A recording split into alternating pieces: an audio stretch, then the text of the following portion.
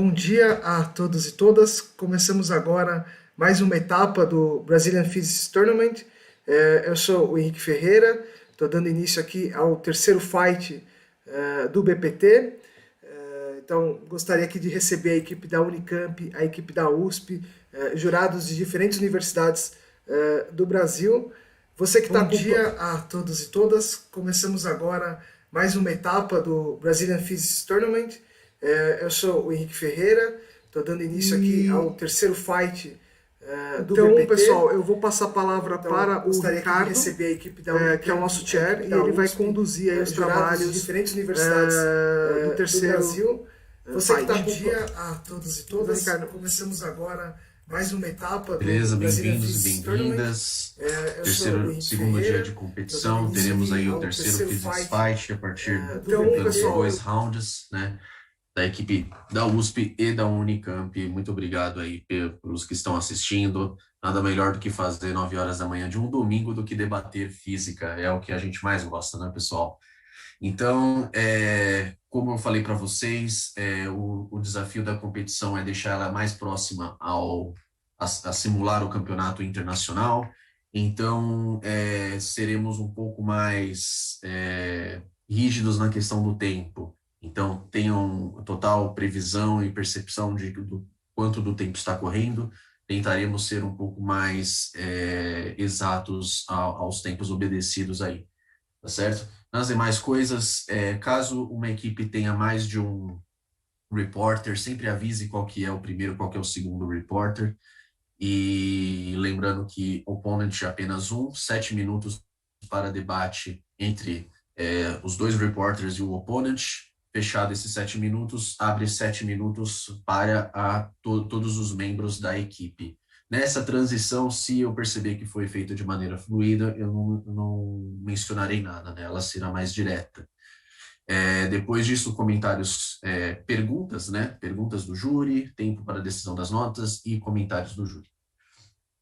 Então, já foi perguntado às equipes, aí está tudo bem com os participantes, faremos então o início da competição. Welcome to the second day of competition, the third physics fight of the Brazilian Physics Tournament. I invite you now, team captains of USP and UNICAMP, to captains fight number 3. Everything okay with the captains? Can I start the captains fight? Felipe Basi, Lauro Braz. Yes, ready. Yes, we're ready.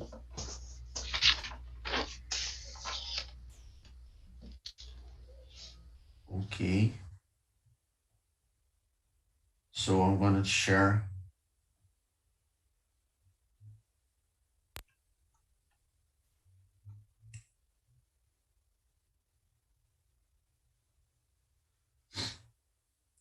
Everybody can see it?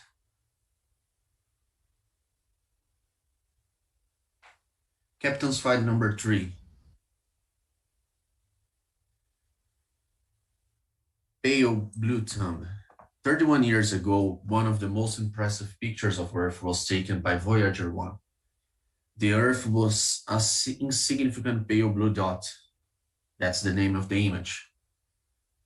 Voyager 1 was in a distance of 40.5 astronomical units from Earth.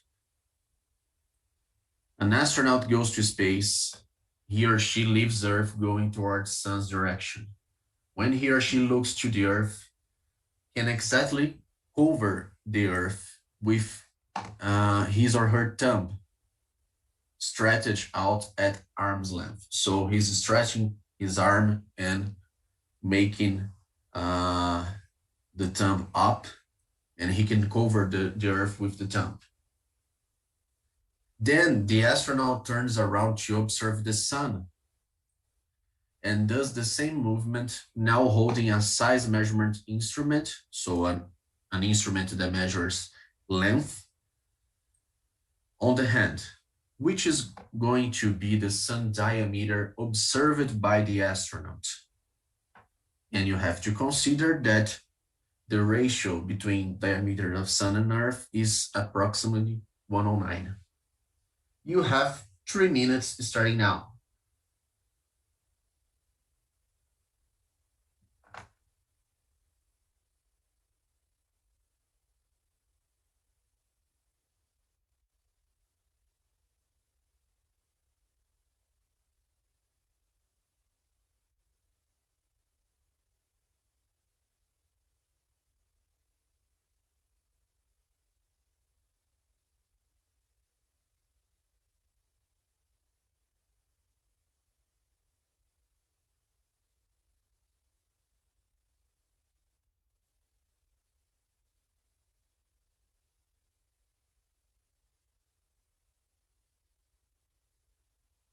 Etapa do Beleza, Brazilian bem-vindos e Physics Tournament.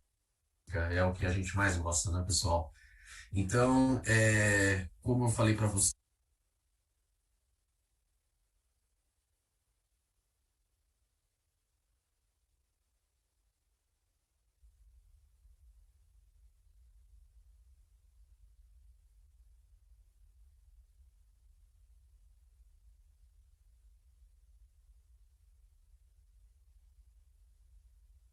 Etapa do beleza, Brazilian bem-vindos Physics e Tournament.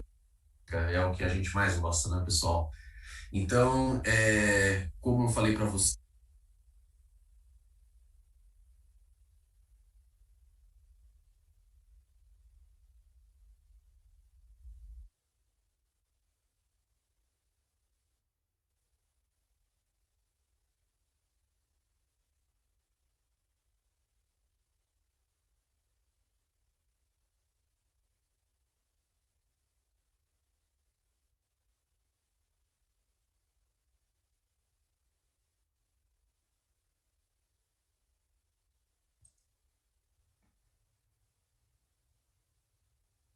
one minute left.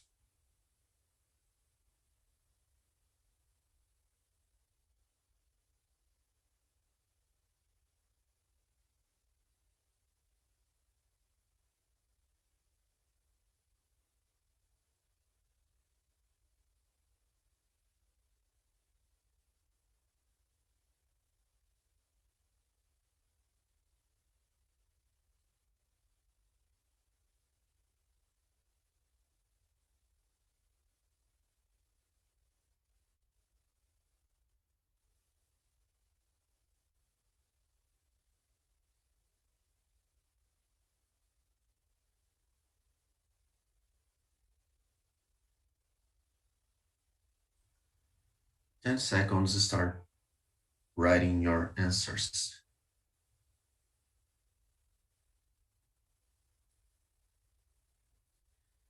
All right, time's up. Show your answers to us.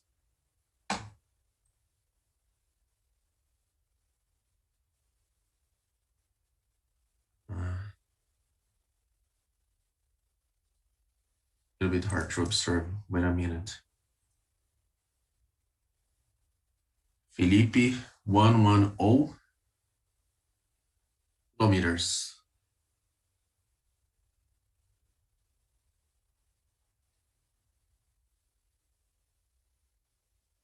Auto 6.325, 10 to 5 meters.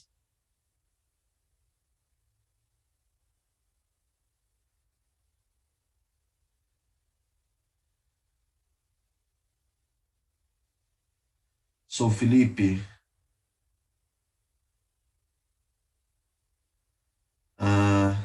110 kilometers was your answer, all right?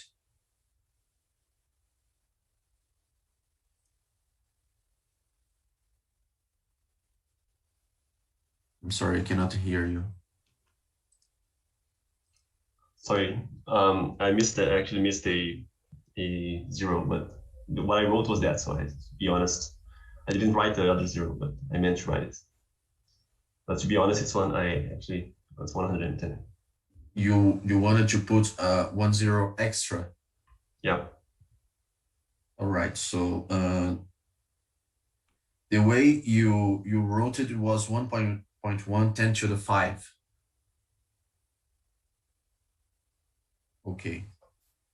I won't let you change the answer because it was what the chair member of the session was going to do. And the answer is, we have to consider that the angle will never change. So when you look to Earth, there is a correlation that you can do, and this triangle that you can relate between the reason of Earth's diameter and the Earth astronaut distance. So the relation between the thumb size to the arm, it's equal to the relation to the Earth diameter to the Earth astronaut distance, considering the angle is the same. So a thumb, it's 1 inch, which is 2.54 centimeters. The arm length, in an average, it's 70 centimeters as well. The Earth diameter, it's 1.2 10 to the 7, and the Earth astronaut distance, so it's 3.5 10 to the 8th. So he is close to the moon on its perigee.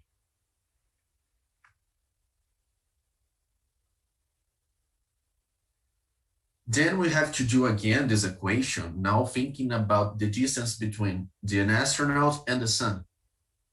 So if you apply the same ratio now, considering that he has a ruler on his hand or any size measurement instrument, you're going to understand that you get the Earth astronaut distance,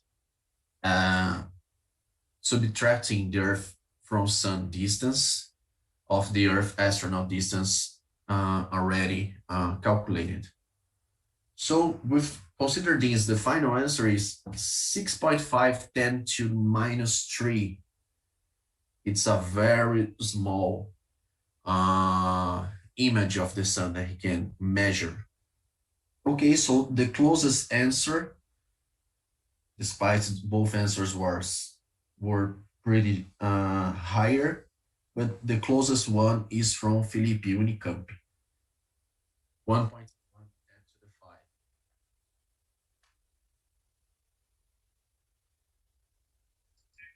I think we both misunderstood the question.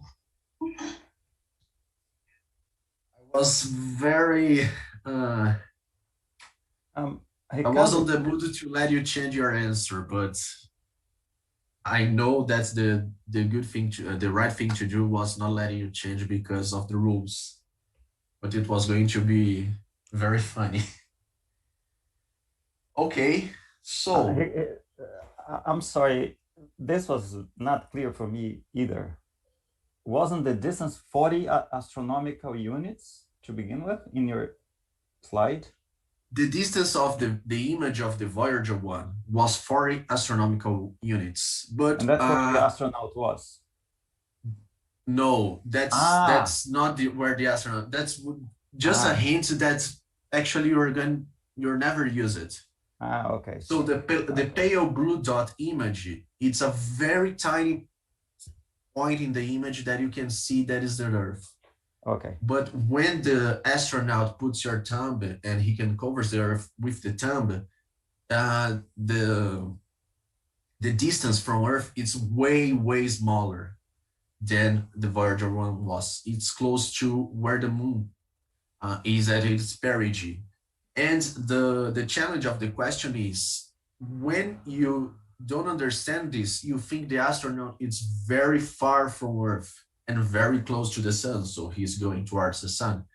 And you try to consider that the sun is way bigger than it actually is. So it's a very smaller number than you both considered. All right, so Felipe, you have to choose position A or B. Do you want to report first or oppose first?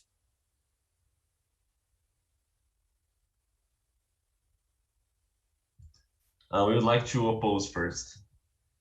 All right, so the USP team is going to report first position A, and UNICAMP team is going to be the opponent team first position B.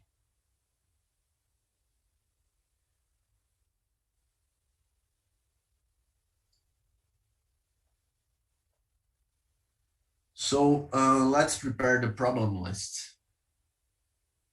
we have to consider that distant thunder and heavy parachute were already presented by USP team, and branching light was already reported by the opponent team as well, so he cannot oppose it. The other problem was number 10, Number rolling 10. pasta, all right?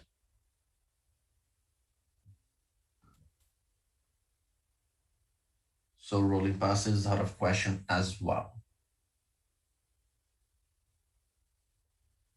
Okay, considering the list, now UNICAMP team have 1 minute to challenge USP team. We challenge, which present problem number 2, pop away. That's a tactical rejection.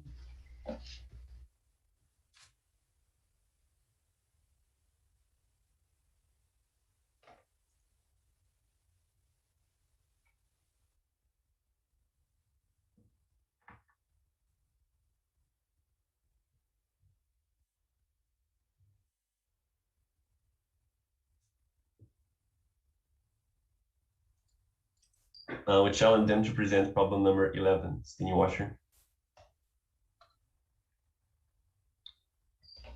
We accept the challenge.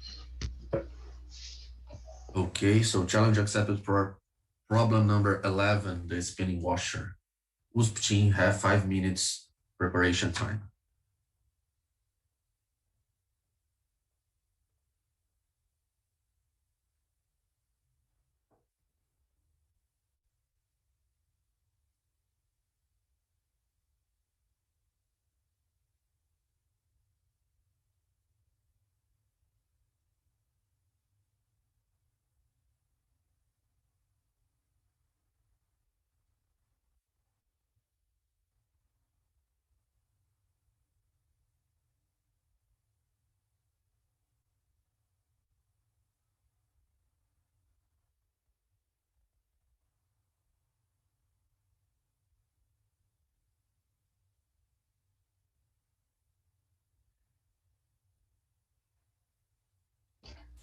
Excuse me, Ricardo, I will be the reporter, so if I All right. be allowed to share screen, be So great. Lauro, you are now co-host. See if you can share screen.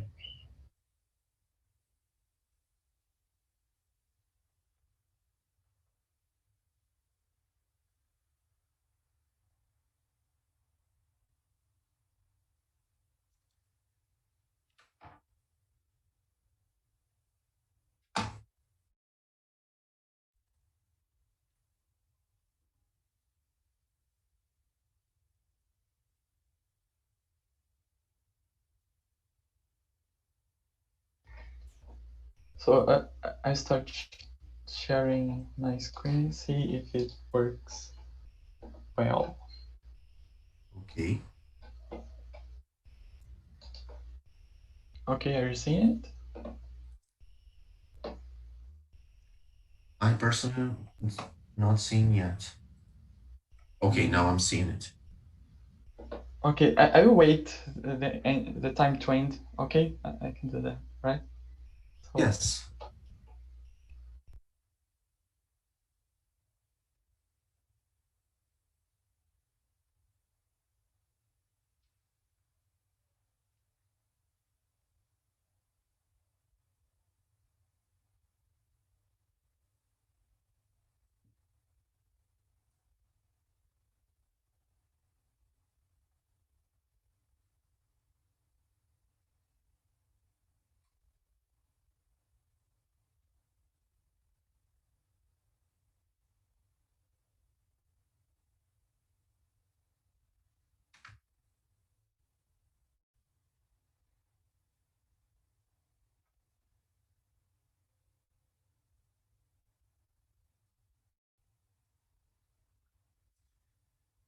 Any others can see Lauro's slides? No, not yet. not yet. I am seeing it. I can see it too. Yeah, and so do I. Maybe you have to go into in your top screen, and there is another sharing, and you have to click on switch share screen or something like that, because I was seeing the the list of problems in my screen, and so I have to switch between the problems list and Lauro's screen. Yeah, I see, but here it's loading.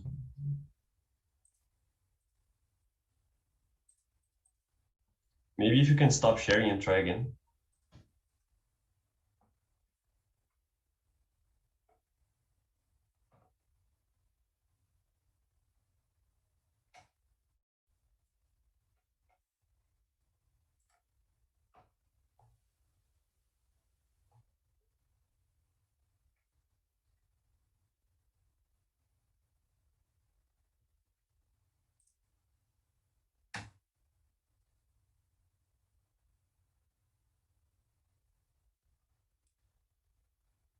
Lauro, I suggest you to try to share screen again. Don't worry, because you have technical time if you want. Technical timeout. Okay, now I can see it.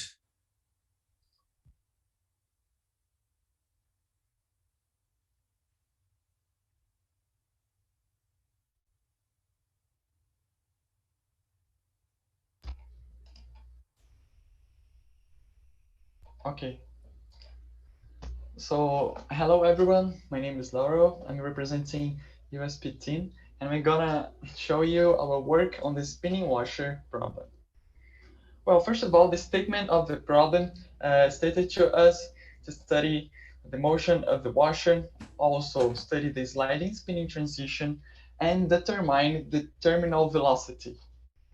Well, first of all, this is the experiment, and I'm going to present to you our experimental apparatus.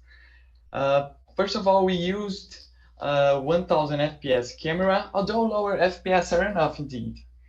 We also use two types of screws and two types of washers, and but a natural question that could rise would be why threaded rods and not just smooth rods. And that's because threaded rods impose a constraint to the movement, which implies the rotations we are searching for. Okay. Now, about the results we get are in this way. This form, and the experimental uncertainties were determined for time as 1/1000 because of our high precision camera, and for height we took the greatest error. Our automatized algorithm for tracking was taken. Our algorithm just took the mean of the non-white vertical points pixels in the image. So we compared a human measurement with the algorithm in a moment like this one of the greatest perspective influence, and that's the height error. Well, now we're going to study the stages of the movement, which we separated to better understand each part of it. We will also study the influence of all of the three forces acting in the system, which are the normal force, the friction force, and the weight. Well, the first stage of the movement is free fall, in which the washer is first dropped and it ends when the washer first touches the thread. Well, through a very simple Lagrangian approach, which is pretty much a textbook approach, we could determine a limit time for this stage. So imposing that the angle which the washer would reach the thread will be the angle in which it exactly fits the thread. Okay, and this angle is theta dependent on the radius of the screw and the inner radius of the washer screw. in the washer. We compared our prediction to experiments, and we found very good agreements inside uncertainties. The next one is successive collisions. In this stage, the washer collides inelastically with the scroll and then starts bouncing. That bouncing causes collisions, that bounces causes a non-zero spin and non-zero precession. And that's where we identify the sliding spinning transition. So successive collisions is the starting point of the sliding spinning transition, and we have a prediction for that starting point, given that we dropped the washer for a certain height. Okay, so we are now starting to study what happens in the sliding spinning transition. Now the collisions with fixed contact points is the next stage of the movement, and in this stage, the upper contact point is in constant contact with the thread, while the bottom one is slightly deviated by a small angle, which may cause the washer to slide down and jump a step of the thread, not completing an entire rotation. And this is the kind of pattern we observe that what I just told you happening, these sharp curves. Okay, and we determined the initial and final time experimentally also. Finally, reduced gravity is the next stage of the movement, and in this stage, the washer exactly fits into the thread, and with that constraint and that the washer is restricted to move through the thread, we can approach a Lagrangian, which gives us a vertical velocity which is proportional to the gravitational velocity. That's why we call it reduced gravity. And the reducing term is dependent on the step of the thread, also the radius of the scroll and the inner radius of the washer. Also, it is not dependent on the mass, since lambda1 is one of the inertial moments of the washer, which is proportional to m, so that cutoffs. Finally, the limit velocity stage is an extension in which we impose that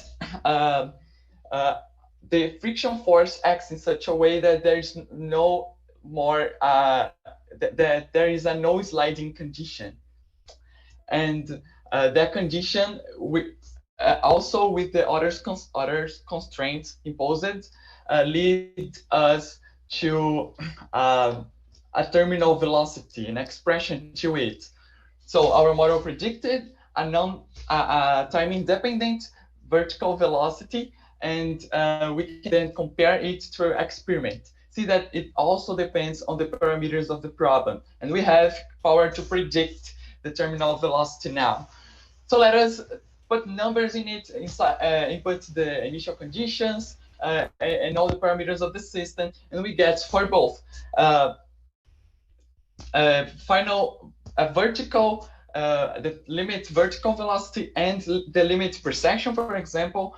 We can compare the theoretical prediction with experimental measurements, and we see very good agreements inside uncertainties. We also have prediction for the terminal spinning. Well, now there is something very interesting in this problem that we can notice about the motion of it. Well, I said before that an important condition was that the washer fits into the threads, but it may be not possible. If the step of the thread is smaller than the thickness of the washer, it can never fit exactly. So there will be always a small deviation angle due to theta, which will allow a small sliding, and then the washer will jump a step of the thread, like we are seeing in this experiment here, in which we took that condition in which the step of the thread is smaller than the thickness of the washer, and we see those sharp patterns, which are exactly what we are saying, what I was explaining. So there is a condition, a relation between two parameters, which separates the problem into two different phenomenologies. qualitative aspects, and that's what we could call a critical relation. Now, let us summarize everything we did. Okay, first one, the motion of the washer. We studied it, identifying five stages of the movement, which was very useful for studying each one of them separately, and then could model some of them. We also identify a critical parameter, which is a pretty interesting thing in this phenomena, which is dependent of the step of the thread and also the thickness of the washer. If it is greater than or equals to 1, then we see a very smooth curve in the limit velocity stage. And if it is smaller than 1, so that the curve is now very sharp. Well, studying the sliding spinning transition, we also identify that through the 5 stages, and we found that it starts when free fall ends, and we have a prediction to that moment, and also ends when limit velocity starts. And we also have a prediction to that given reduced gravity parameters. And finally, we studied the terminal velocity, which we presented analytical expressions for both vertical terminal velocity precession, and also we obtained it for spin terminal velocity. I'm very glad to present this to you. I would like to thank all partners who helped us in this work. Thank you very much. Okay, the opponent team has 2 minutes to technical questions. Can you go to your conclusion slide once again, please? What's the slide exactly? Your conclusion, the last slide. When you predict the terminal velocity, do you measure z.0 before?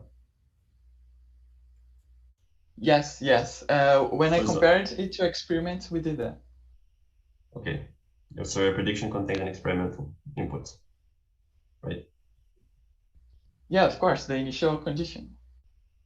Could you come back to the slide you present the acceleration in your system? I don't know, I think it's the 6-1.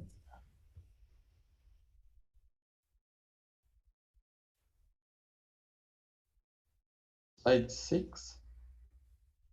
This one? No, where you write the expression of the... okay. This one. Yeah, thank you.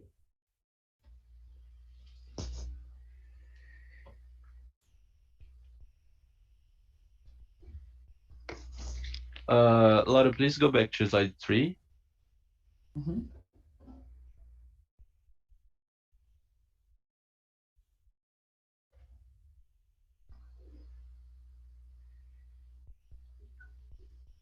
Okay, thank you.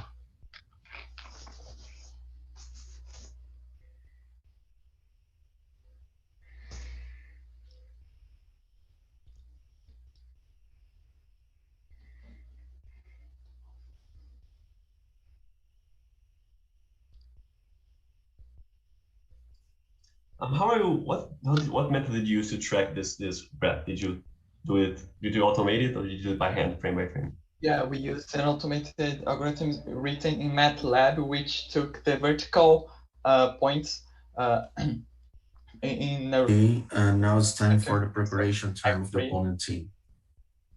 Okay.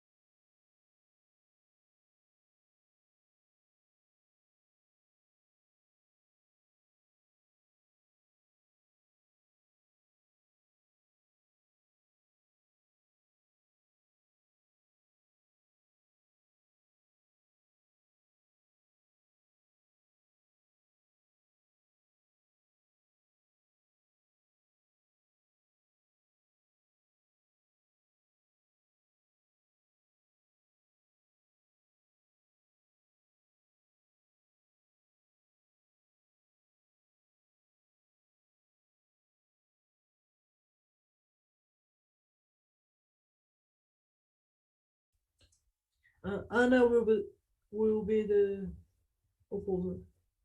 Ana Elisa? Yeah. Okay. See if you can share screen now.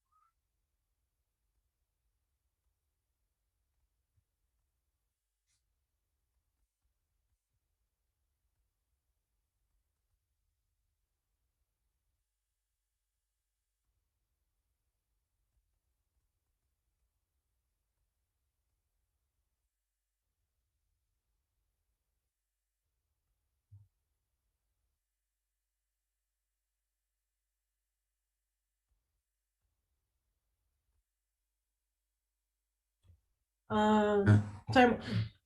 Okay. Please, want a timeout. Okay, after the seconds, an extra timeout. Okay, thank you.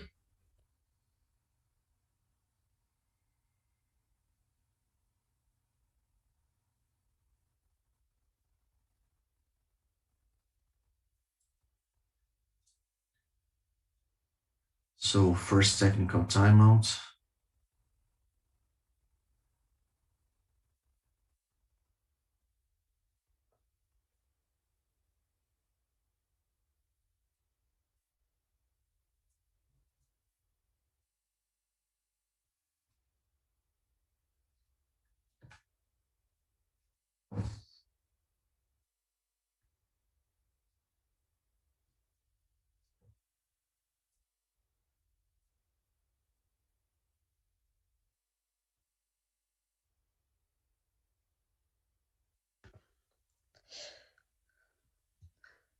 Hi, I'm Annalisa, and I'm going. Can I share my screen? Yes, you're able to share screen. Okay.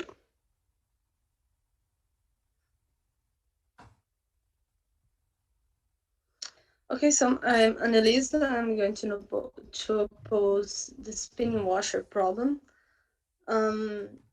So here is the statement of the problem. And I'm going to focus on the objectives, the questions. So we have to study the motion of the washer and the slide spinning transition and determine the terminal velocity of the washer. The good points of the presentation we noticed, and I want to thank you for the good presentation you showed us, was the good setup of the experiment. You studied all the steps of the motion, and you predicted a terminal velocity for the washer. So these are the good points, and congratulations for that. The points we were worried about and we noticed was the spinning considered in the model? I mean, the washer does goes up and down, but uh, it also rotates the rod axis, right? Uh, where was that considered, or was it considered? I think it's an important part of the movement of the washer. And when does the acceleration on z goes to zero? Because you showed us a fraction um, of the second derivation of z, and it does not go to zero. And this is very important to determine the terminal velocity. The other and last point of this slide is the friction force the paper of the friction force was not very clear to me, and this concerned me a little bit. So points to discuss: what determines the transition? Is it the collisions, the friction? What determines this point of transition to terminal velocity? And how was the time uncertainty obtained? I think it was a little bit obscure to me. How did you obtain the uncertainties? And I think it changes over the slides. I was a little bit confused. Does the predicted time depends on the initial conditions? I mean, you predicted the time where the washer goes to terminal velocity, but I mean, if you start if you drop the washer with an initial tilt, wouldn't it start more rapidly the terminal velocity state?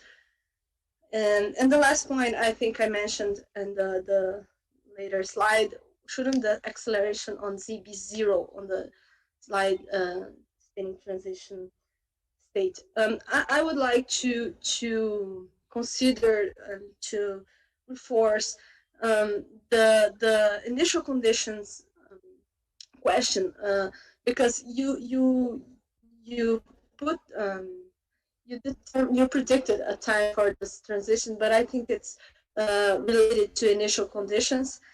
And I would like to reinforce the last point of my discussing point. Shouldn't acceleration on Z be 0 in the terminal velocity state? The terminal velocity state. I think that this is the most important points.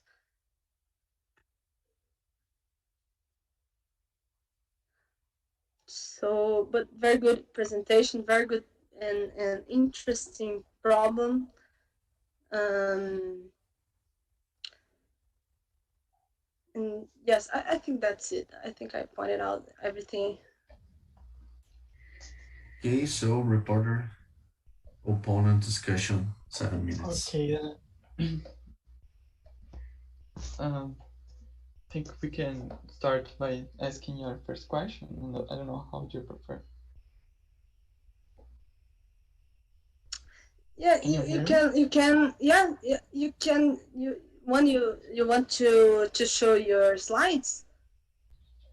Yeah. So I'm going to stop the sharing.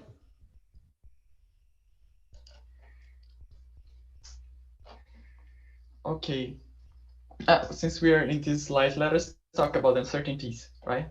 Well, we use a 1000 FPS camera, so the time dependence here, the time precision here is of 1 over 1000. So that's the time uncertainties. About the height uncertainties, I showed them in the graphics too.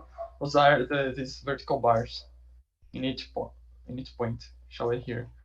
Okay. Could you remember your other question? Yeah, my other question was, shouldn't the acceleration on Z be 0? Yeah, that's a good clarifying question. So the reduced gravity, there is a non-zero acceleration, yes. But in the next stage of the movement, there is another constraint to the movement, which is the no sliding condition. And that constraint implies a constant final velocity. When we take the derivative of it, the acceleration is 0. Okay, but I'm a little bit concerned about this transition. How do you go to the state where you have a non-zero acceleration to a 0 acceleration? And how do you model this transition and the forces in this part? Yeah, I imposed a no sliding condition, which is the action of the friction force in the problem. I can show you how we did that here. Well, this is the model Lagrangian we use. Those are a bunch of equations because that's just an appendix. But this is basically the limit velocity constraint. Okay, so we impose a non-sliding condition, which is pretty much a common approach on doing that approximation. The velocity in the center of mass is equal to minus the rotational velocity product, the distance to the contact point. Okay, imposing that, we obtain final velocity which is constant on time. I'm just worried about what's the paper of your friction force, because it's dissipating energy, and where is this energy going to? I mean, how do you consider the dissipation of energy in your problem? And I think this assumption of non-spinning, non-sliding in the rod is not very it's a not very good approximation, because the washer does slides uh, in the rod. So how it does slide in the reduced. Okay, so you can finish. Go on. Sorry. It actually does slides, but in the reduced gravity stage. After that, it reaches a stage in which the vertical velocity is constant. And in order to that happen, a model that predicts that is imposing a no-sliding condition. And that condition, let me try to explain that in terms of, okay. So the point is, the model predicts that, and we compare that to it. I'm sorry, I'm not understand very well this discussion. I'm sorry about that. That's okay. So I think this is I think I will stress out just one thing. You're telling me that in the final stage, the washer does not spin around the rod, but I can't see that in your presentation. Can you show me what is the how can you prove me that the washer does not spin? Because I can't see it from the video. I can't see it from the videos, and I'm a little bit concerned. And how does the friction and the spinning impacts the model?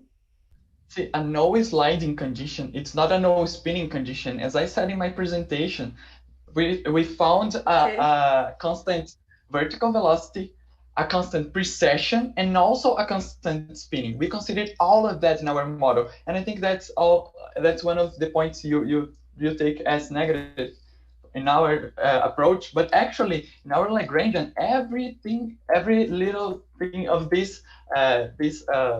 those points is there, right? It's here.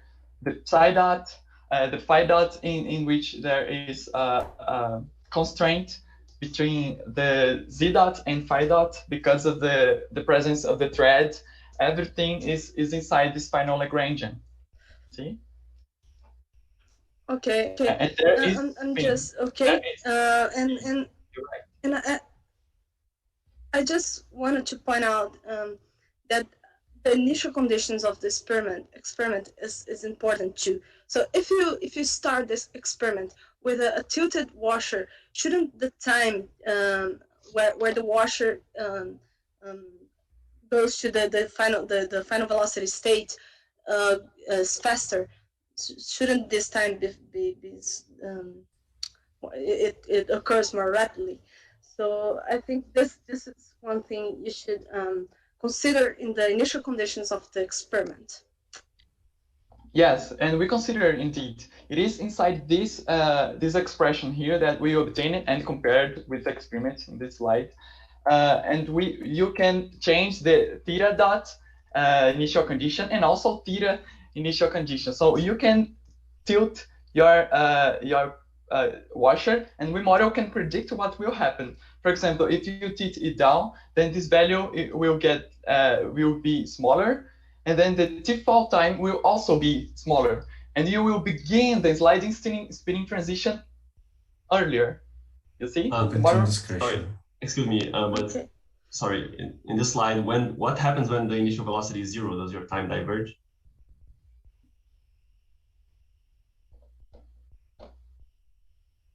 And I have If you could answer that, I heard short on that. What's your so when initial velocity is 0, the denominator goes to 0, right? So what happens to the time it takes to fall? Actually, if you take the initial velocity as being 1 instant 0. after the video starting, it won't be 0.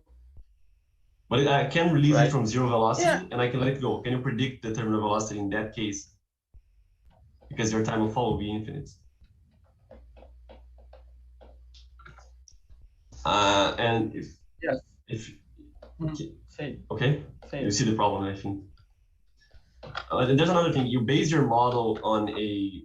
Okay, if you can go on. Sorry, if you want to answer that before.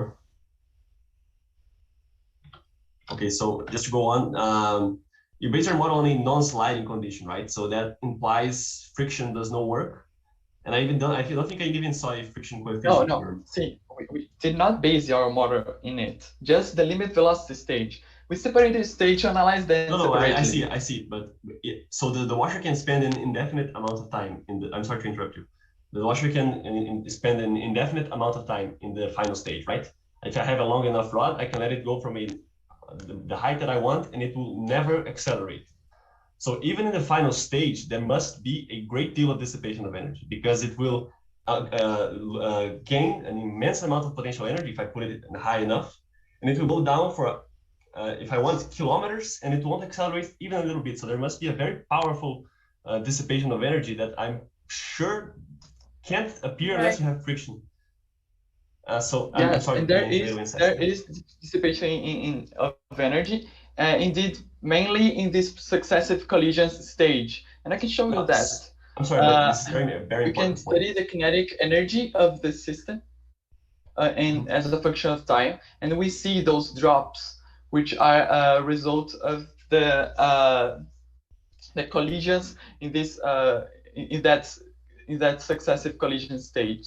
And here there is indeed dissipation of energy in form of vibrational energy, also in sound energies and Sure. But after time 0.2, you can go on without ever increasing your kinetic energy.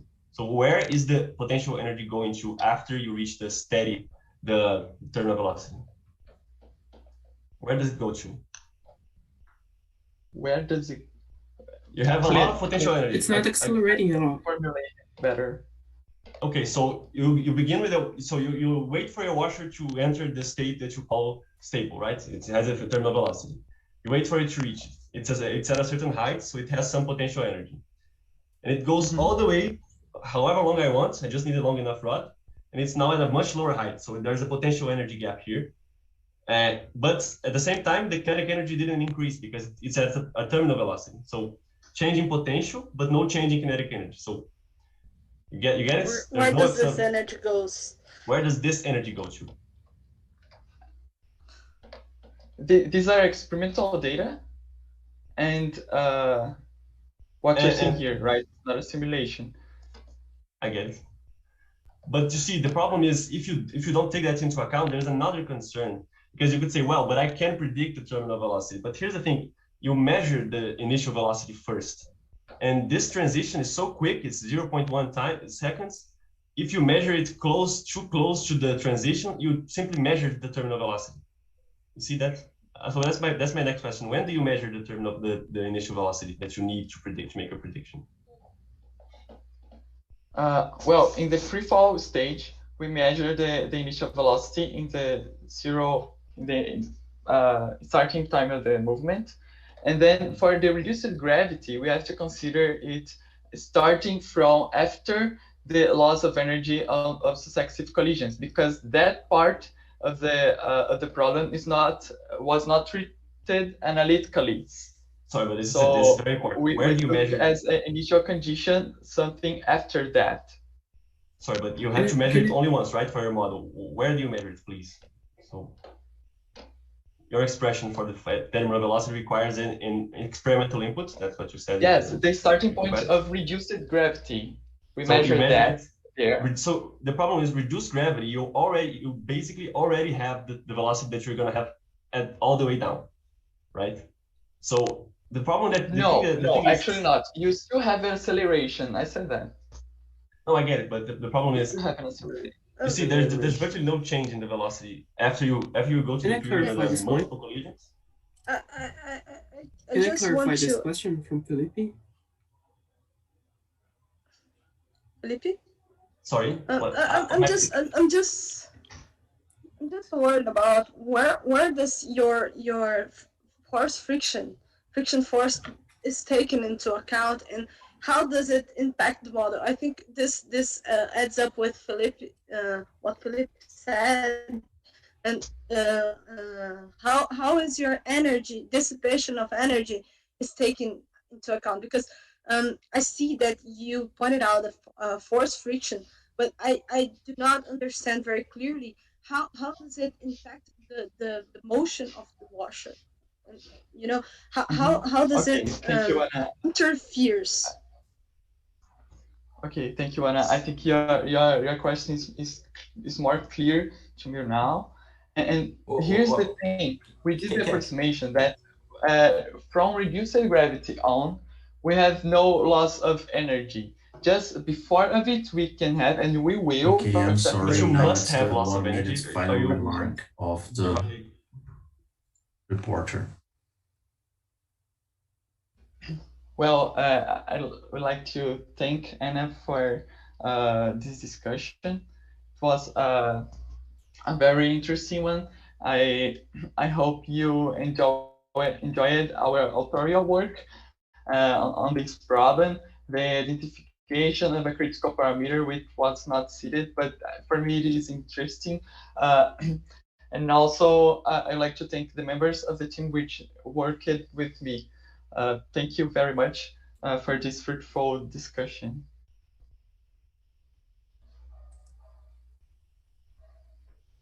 Okay, so questions from the jury members?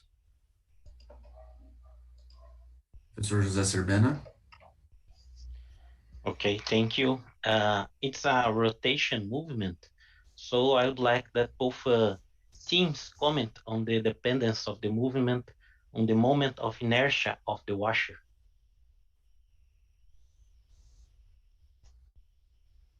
Well,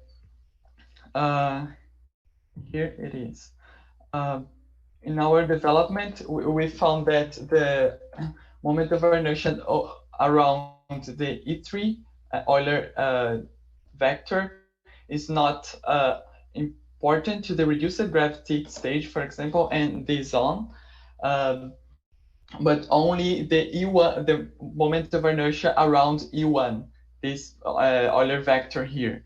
This is the main dependence of it, but for sure, in successive collisions, all of them are important. Once the washer is now bouncing, but this movement is really hard to describe. And actually, I would like to discuss this moment more in our previous discussion. But that's my answer. Lambda 1 is more important from gravity reduced on, and in free fall, none of them are really relevant because it's a rigid body falling. Okay, thank you, Professor Claudio. I have a very quick question to the presenter, and then a question for both. One is, when you show the red dots on your washer and the blue dots and maybe a black that I don't see, these are not painted on the washer, but they are rather identified by the software. Is that true? Yes. Yeah, exactly. Okay, so you didn't paint to also measure the speed. No, you didn't paint the washer. No, we did not, but that's a great suggestion indeed. Okay, now a question for both. Starting from the presenter, how do you take energy conservation in the last phase? In the phase, where is the potential energy going to? In the last phase where you reach terminal velocity?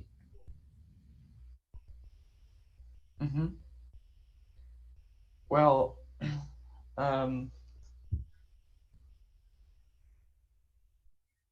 actually, it's an approximation that there's not indeed. So in actually a more complete description of the problem should consider that is still a friction force there, which is dissipating energy. Indeed. So we did an approximation doing that.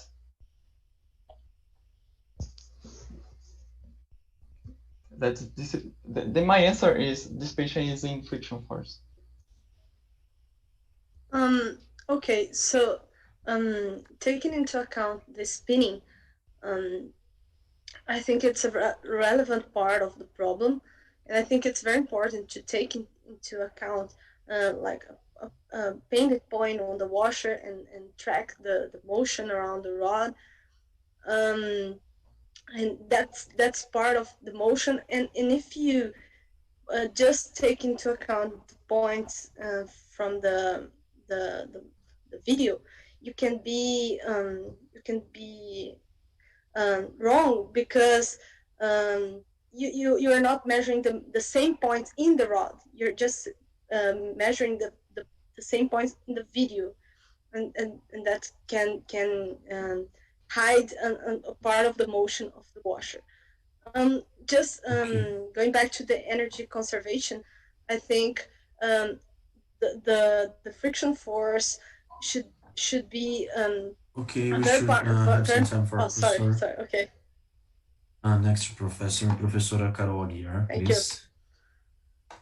Thanks for the discussion.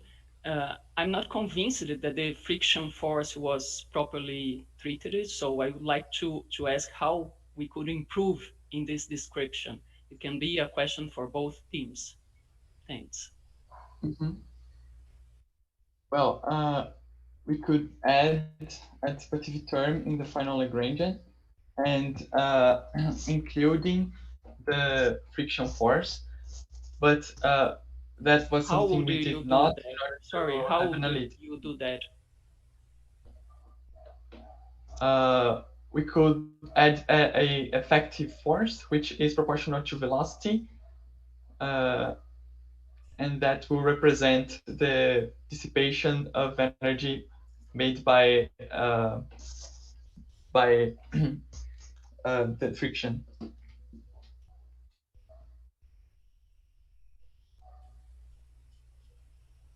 The opponent, please. Can I? Yeah, I was muted.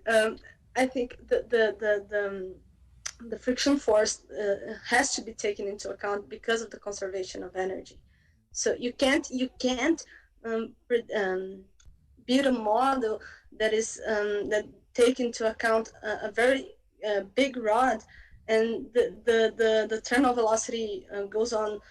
The terminal velocity state goes on for a long time, and you haven't considered very clearly the dissipation of energy and how does it influences the washer movement. So I think it should be more stressed out. How do you determine this important part of the problem? Because you can actually build an experiment that reinforces this point. I think that this point, Professor, is similar to someone jumping from using a parachute which reaches a terminal velocity. In that case, we have a terminal velocity, and it is analogous to our present problem in the limit velocity stage. Okay, now we have time for a few quick questions and answers. So if you have it, Professor Danton. Okay, congratulations for both teams for the discussion. I had one doubt about the diameter of the internal diameter. If you increase this diameter, does we continue to have the spinning of the mass? Huh? And also if you model this in theory, in theoretical equations, and what would be the diameter to not have the movement, the complete movement, okay? For both teams, okay? Okay. First, D is the dependence theta. The condition of theta of the washer fitting exactly the washer depends on D.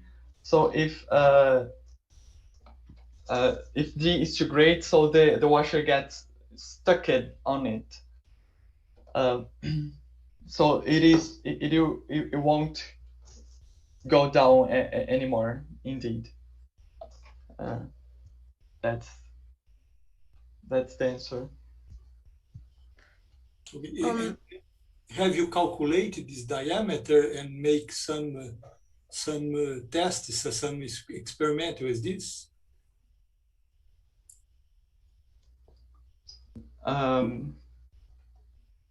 We measure that and we use that in determining the theoretical predictions, but we did not do a survey on varying the diameter. I mean.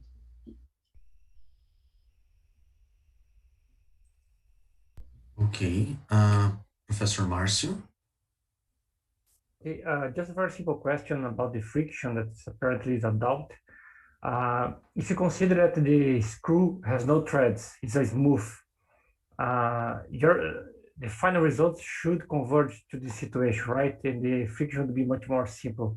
So the question is, did you consider if the screw is smooth and the result would fit or not? The rod being smooth. Yes. So in that case, we would observe a sliding indeed, and I believe there will not be any spinning, any natural spinning. Well, depends on the initial condition. Without right? an initial condition, indeed, right? Will be just a tilt, and the diameters of the screw and the thread would be, the washer would be approximately the same. You still have a spinning. No? What's the case? You have. I mean, if the diameter of the rod and the washer would be approximately the same, if you tilt just a little bit the washer in the beginning, you still could have a spinning. Oh yeah. If the washer, once the washer fits into the thread, you would observe a spinning. Yes, you would indeed. And see in this expression, for example, if you drop the washer from a certain height and D is too great, so what will happen with initial theta, that it will be very close to this fitting theta, so that T4 will be very small. Okay, thank you very much. Jury members, now you have 1 minute for deciding your grades and post it.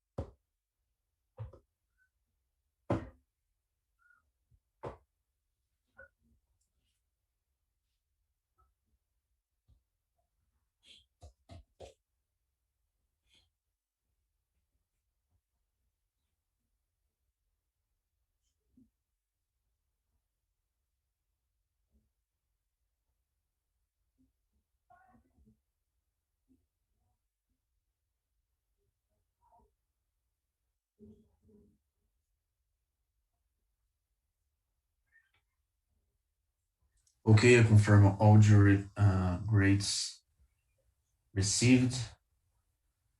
So the grades were for the reporter team. Professors Carol 6, Cláudio 9, Daiane 8, Danton 8, José 9, Lúcio 7, Márcio 8, Ubirajara 6. For the opponent team, Carol 9, Cláudio 9, Daiane 7, Danton 8, José 8, Lúcio 9, Márcio 8, Ubirajara 6. Now we have a few minutes for the remarks of the jury members. Professor Cláudio. I would like to congratulate both teams. I found the experimental realization really good, the data taking and the visualization fantastic, okay? This was really nice.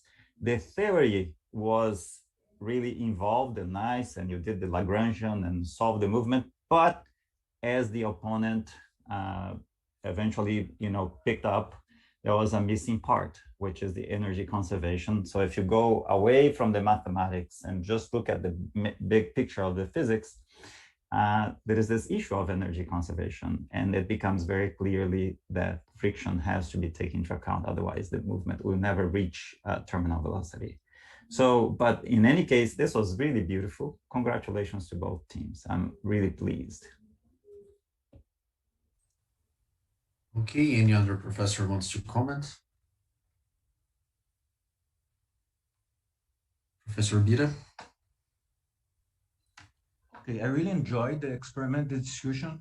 The experiment, very nice, and the opposing team got a very good questions to get the point. I think what I was not satisfied, and I think it's both teams, I think the opposing team got stuck in some discussions and could not go above and didn't answer some questions that were for both teams. I think you guys should stand up and answer, and even the presenter could not get very clear responses to everybody. But overall, I think you guys did a very good job. So just thank you guys. It was very nice. Thank you. Professor, any other comments?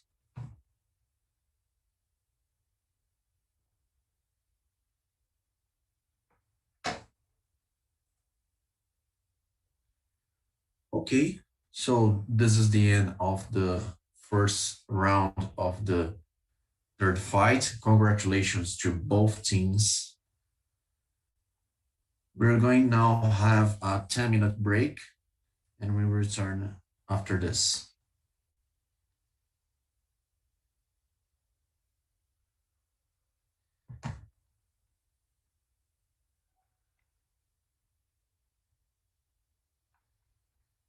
Pessoal, muito obrigado para vocês que estão nos assistindo aí do YouTube, para vocês que estão acompanhando. Obrigado às equipes pela participação. Tivemos aí o terceiro fight da competição entre USP e Unicamp, sendo que a USP apresentou o problema e a Unicamp fez a oposição. O problema em questão era The Spinning Washer, problema número 11.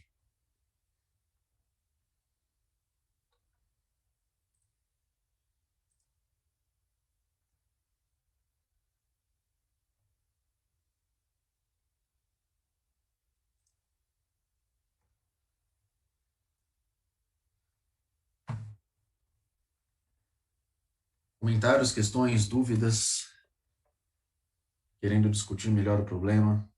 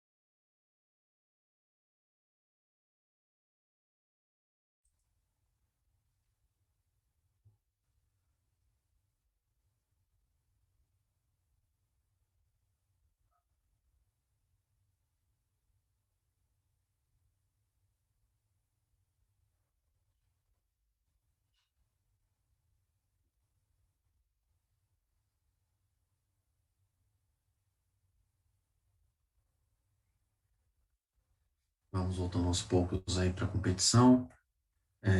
Agradecemos aí a presença de todos, a todos que estão nos assistindo. Por favor, divulguem, compartilhem se vocês têm gostado aí da competição. Estejam com a gente no ano que vem, entrem em contato conosco. Nós temos um contato oficial, que é o iptbrasil.cvletiva@gmail.com, e também temos a página oficial no International Physicists Tournament, que é o iptnet.info/Brasil.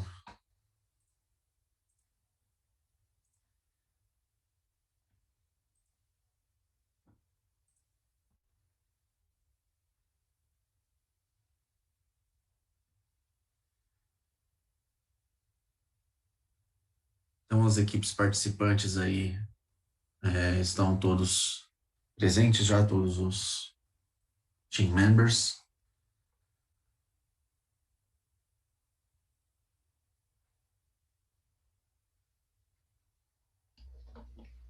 USP teams here. Ok.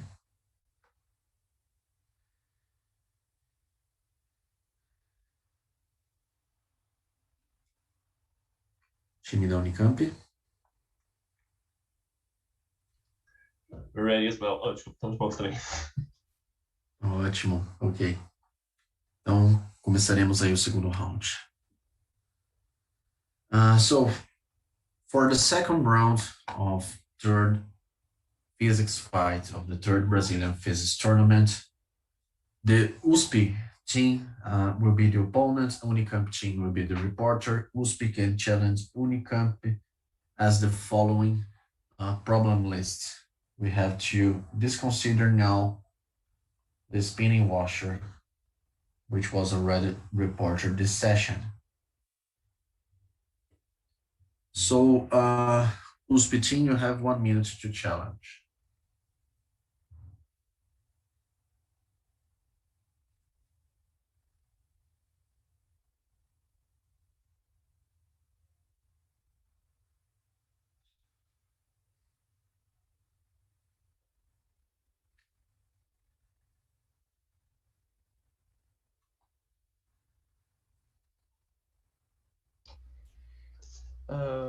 We challenge problem number 2, pop away. Tactical rejection.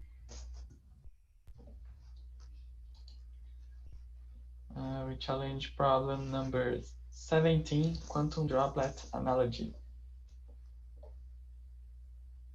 Tactical rejection as well.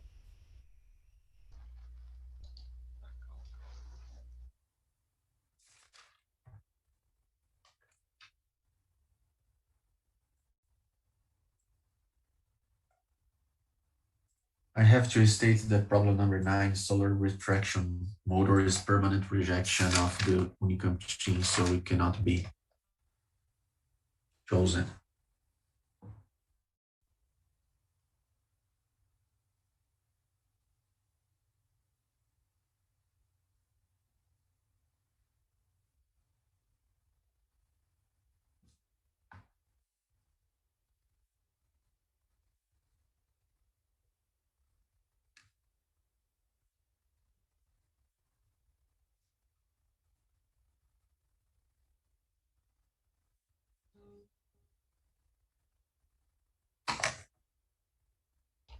We challenge problem number 4, hydraulic jump. That's a third tactical rejection. So necessarily number 14.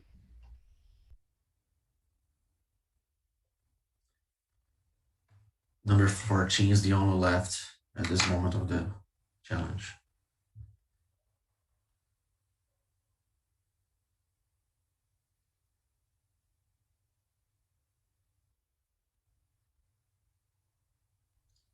I'm sorry, is it?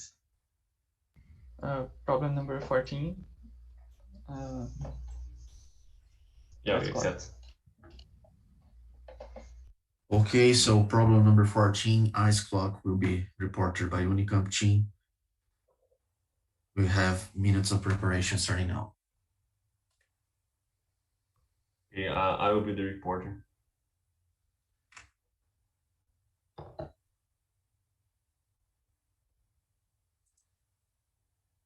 Okay.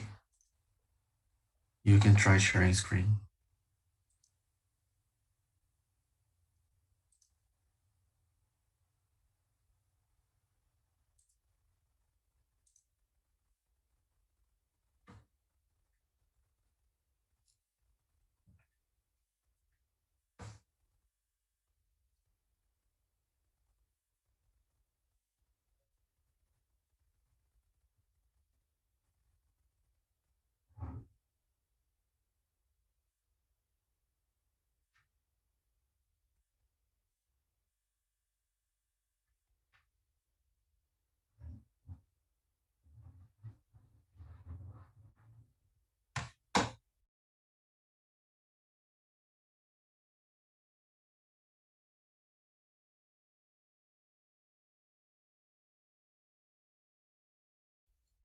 Can you see my screen?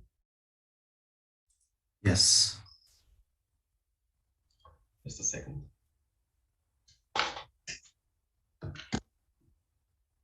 Okay, I'm ready. Ready? Sorry. Okay. Ready. So 10 minutes reporter's presentation starting now. So good morning, everybody. My name is Felipe Mazzi. I'm with the UNICAMP team, and I'll be presenting problem number 14, ice clock. So let's remind ourselves of the problem statement. If you place an ice cube inside a mix of vegetable oil and baby oil, it will remain between the two because of its density, and it will go up and down periodically in an intriguing way. Can this experiment be turned into a clock? What would be its longevity and precision? And we also want to optimize the set of parameters to obtain the maximal clock precision. So let's begin by understanding the underlying mechanism behind the clock.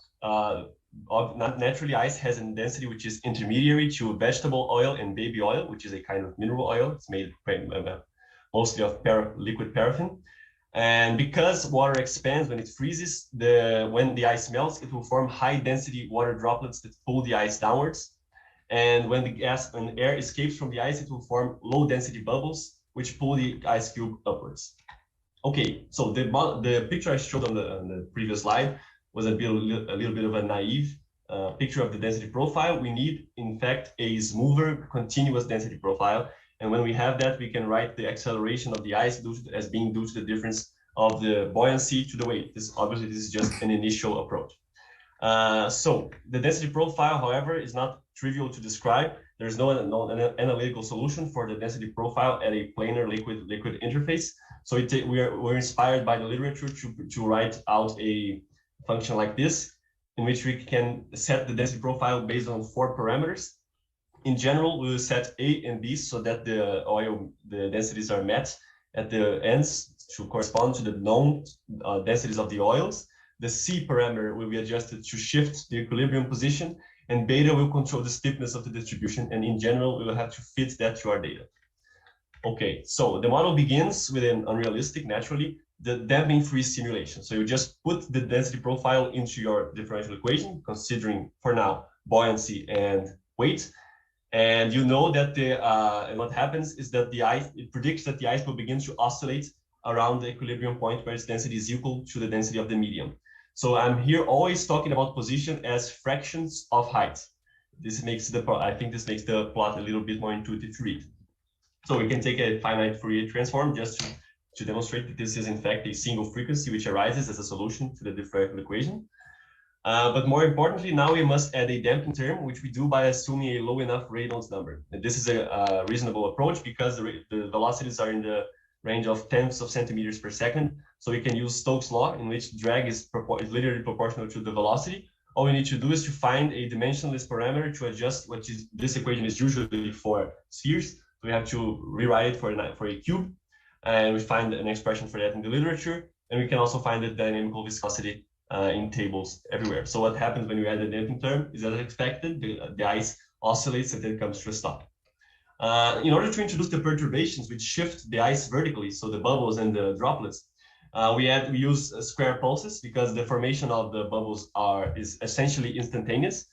And what we have to consider is the difference between the density of the bubble and the density of the air, the density of the air inside the bubble and the local density of the medium.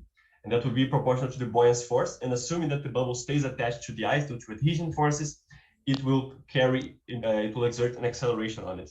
And the problem here, naturally, and we'll get to that in more detail for later, is the formation rate, which is very hard to model. And next, we must add water droplets, which pull the ice downwards. Here, once again, we have the density difference, which gives you the measure of how much acceleration will be exerted. And this is a graph that shows you just the way in which we're modeling the time evolution of the droplet. So with the volume as a function of time, and we're using a exponential charging, let's say, to show the fact that bubble formation, unlike droplet formation, is not essentially instantaneous. So here's what happens. Because the actual experiment takes a large amount of oil to work, and we will show that in the next slides. We initially take the video that's included in the problem statement, use the height of the liquid column as our scaling factor, and we then just track the position as a function of time. So this is the experimental data extracted from this video, which is available in the problem statement, the official problem statement, and we get a description of position as a function of time. Next, we look at the video and we just write down the times at which the bubbles and the droplets appear. So we have a set of, let's say, of conditions which we input into our model in order to make predictions. So the equation looks a little bit more complicated, but it's actually very simple. This is just the buoyancy minus weight. This is the drag force. And here you have the two summations over bubbles and droplets. So, and here are Heaviside theta functions, which give us the square pulses, which we need to interpret the initial and end time of the bubbles and droplets. So this is the information we collected from the video, and we're going to put it in our model to see if it matches what we observe. The next thing, of course, we need to also make this prediction is to adjust the density profile. So the A and B parameters are adjusted to meet the densities of the oils at the extremes. The constant here, subtracting y, is adjusted to shift the equilibrium position, and the beta, which controls the stiffness of the distribution, is fit to the best. It's the best fit to the data. So what we get when you do this is a very good correspondence. So in general, the shaded blue area is the position measured in the video that's on the left, and the solid orange line is the predictions that we made with our model based on data we extracted from the video, which is the density profile and the times at which bubbles and droplets appear. So this is a nice correspondence. In some steps, it is steeper than what we expect, and this is certainly due to the difficulties in modeling the density profile. I'll be happy to explain later each part of this graph so that you can get a good correspondence of what physical process corresponds to each part. But the problem is it a clock? So the model can replicate experimental results with good accuracy, but if you want to measure time from the vertical displacement of the ice, you need the density profile and the rate of formation and size of bubbles and droplets. So to explain those difficulties a little bit more, we did the experiment several times, and the density profile varies widely between types of oil. So I have here corn oil, canola oil, and ricin oil. And what happens is that their miscibility changes widely, so it's very hard to model the density profile. The next difficulty is that since the density of the baby oil is so much greater, it takes a very large amount of oil to produce a smooth profile, and the oil is quite expensive. So this is hard to make. The third difficulty is that bubbles are extremely unpredictable. So in our experiments, we see that the bubbles are basically ejected without exerting any acceleration. And in the problem statements video, they are able to carry the ice upwards. So this is also very hard to predict. So we'd like to propose a different, maybe better clock. So you want to use the rate of droplet formation, and you have here an image which gives you the graph, which gives you the cumulative volume of molten water as a function of time for corn and canola oil. And the thing is that there's not any radius of droplet which is allowed in this medium. According to the surface tension between the oil and the water, you can calculate the radius which will be the maximum radius of the droplets. So here's the prediction, and in general it matches the measured radius. So if you know the maximum radius, you can tell the maximum mass which the droplet will be allowed to accumulate. And if you know the maximum mass, you can know the amount of heat that is necessary to melt that amount of ice and turn it into water. And then you can just find a model for the rate of heat exchange. And if you do that, you can use some known parameters, and you use the average size of the ice tray that people have at their homes and the thermal conductivity of the water. And then you can estimate by modeling the ice as being covered by a thin layer of water and surrounded by a thermal reservoir. And this is the main approximation in our model, is that we model the oil as a reservoir, and we can discuss the limitations of this approximation later. But once you know the heat that's necessary to melt a single droplet, and you know the rate at which heat is transferred from the ice to the water, you can calculate the rate of heat exchange. So you get what we call tau, is the time it takes to melt a single droplet. And then by doing so, we can measure time with a precision of about 4 seconds every 1.5 minutes. So if you buy an ice clock, all you have to do to use it is to add enough baby oil to keep your ice submerged. You can check the heat per droplet on your label by adjusting whether you bought corn oil and canola oil. And then you just check the time per droplet, which can be generalized for most common ice cubes, and just count the droplets after the first one, and you have a clock with a reasonable precision. So in conclusion, we developed a model that accurately describes the vertical displacement of the ice cube in an ice clock setup. I believe we have shown that the traditional ice clock is somewhat inconsistent, expensive, and very hard to use, especially due to the density profile, and it's important to add difficulty in predicting the behavior of bubbles. And finally, we proposed an alternative ice clock based on counting water droplets, and its longevity is limited by the fusion of ice. We can optimize it ideally by approaching a thermal reservoir, and its precision is about it gives you about a 4.5% error every 1.5 minutes. So that's it. And now thank you, and I'm open for questions. Okay, the opponent team have 2 minutes for technical questions. Thank you for your presentation. Could you go back to slide number 11, please?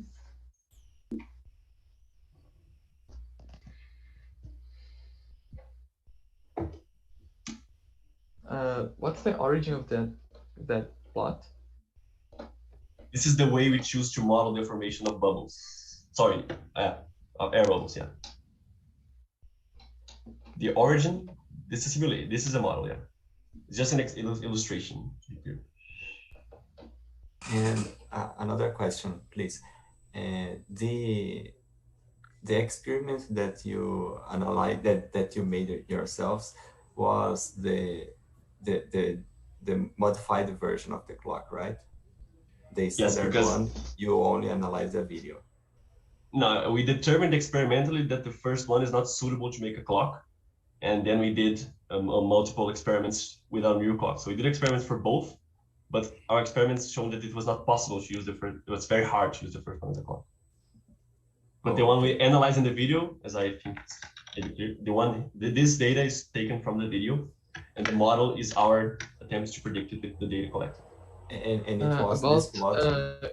Your experimental methodology, how did you track it, the ice? Yeah, you have to draw lines coming from both surfaces, right? So you find the perpendicular to the surface, so you can get a better approximation for the center of mass. But this difficulty is included in the error, which is shown as the shaded area. How did you measure that? How did you determine the error? You just look at the difficulty. You make the successive measurements of where would be a reasonable approach for the center of mass, and you just take the mean. But in fact, this is smaller than even smaller than the error you get just from the tracking process.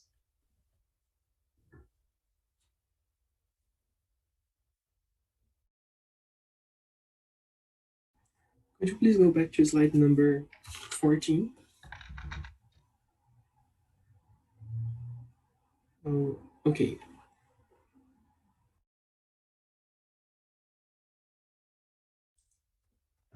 3 minutes preparation time for opponents.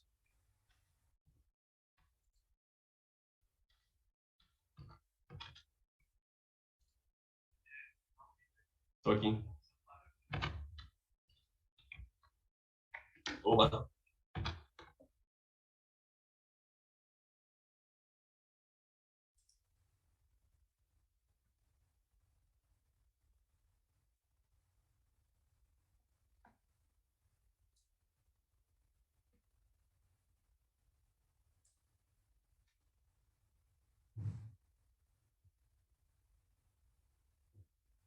When opponent team is ready, tell us who's going to be the opponent.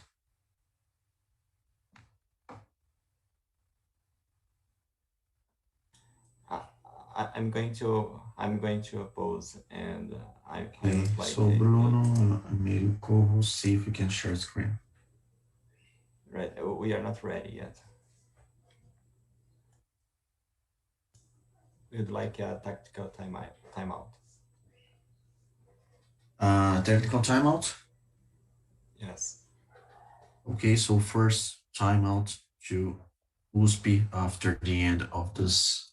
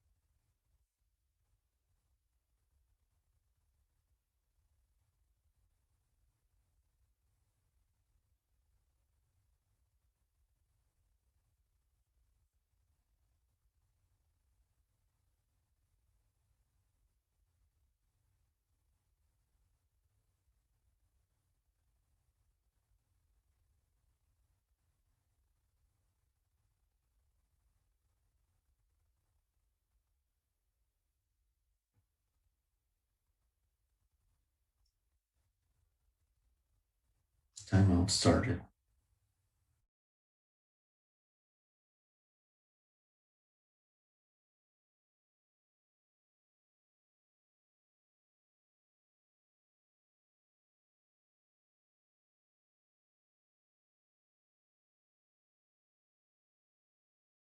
Yeah, I still don't have co-host.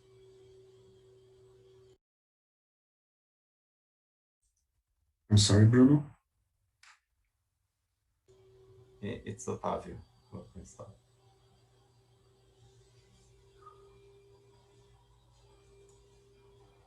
I'm sorry, but I believe I can hear your audio. Oh. It's a little bit low. Okay, it's better? A little bit. What you said? I'm asking if I have co-host. Yeah, you have the host. Can I add you a second timeout? Can you hear me? Yes, I can. It's a little bit low, but I can. Okay. It's better? Okay, now it's better. Way better.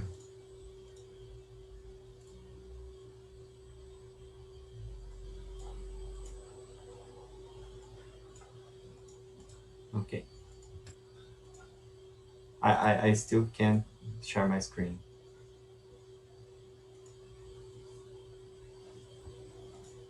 I believe it's again, not Bruno, so that's why I might be confused. Yeah, it's Otávio who is going to oppose.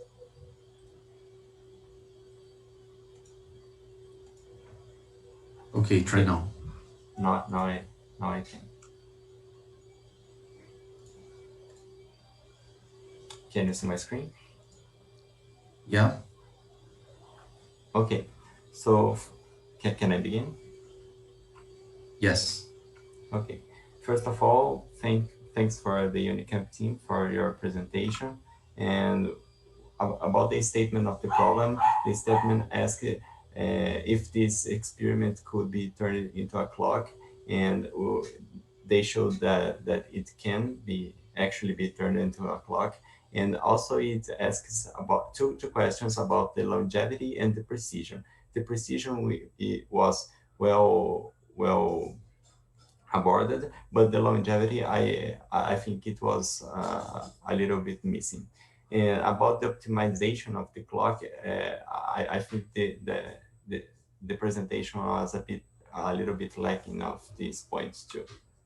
Okay, about the positive aspects, I think it has a good review of the literature, and the density profile that you use, it's a very nice curve, very nice model to it. And also you made analytical expressions for the motion and calculate the heat exchange of the ice with the water. And there was a few points that I would like some clarifications. And one of them is about how the density will change its profile as the water concentration increases as the ice melts. And also, if I understand well, you only consider the dynamics of a point particle, and I wonder why didn't you consider a rigid body dynamics? And also, the first part of the experiment, you analyze the data of the video, and you didn't change the temperature so we could see its influence. And also you show only one characteristic time tau, and it will be nice to see other ones, other realization of the problem. And about the maximum precision, how big the ice, how much mass the ice needs to have so it has a best precision. And also there are some other points like the determination of errors that wasn't clear for me. I'm sorry if you cover it. And also the experiment, the modified version of the clock that you made, you use a glass, and I think it could have several errors due to the proximity of the walls of the glass from the ice, like the interaction of the water with the glass and something like that. And I think that's our point. Thanks again. And I think we can discuss now these points. Right, 7 minutes opponent reporter discussion.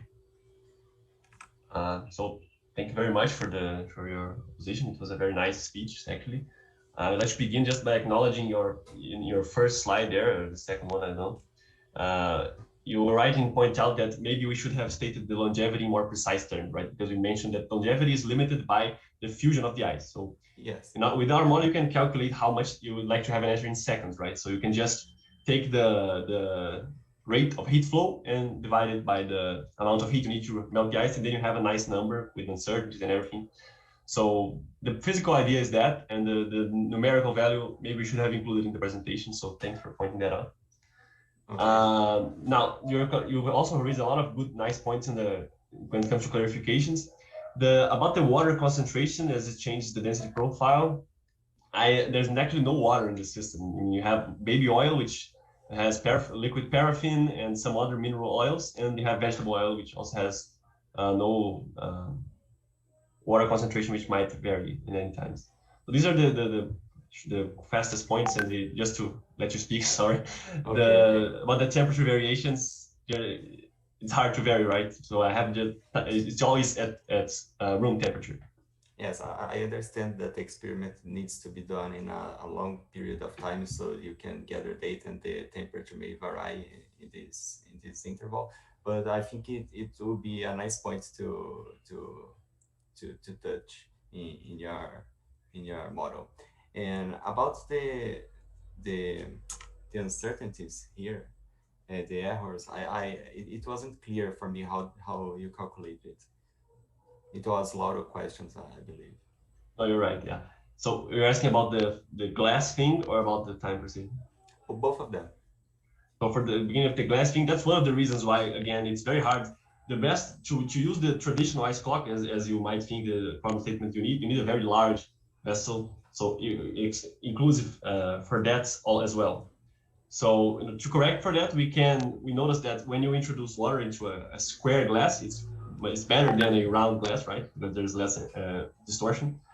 But still there is some. So what we did is we were always measuring the lamps in the vertical scale, which is much less distorted than in the horizontal.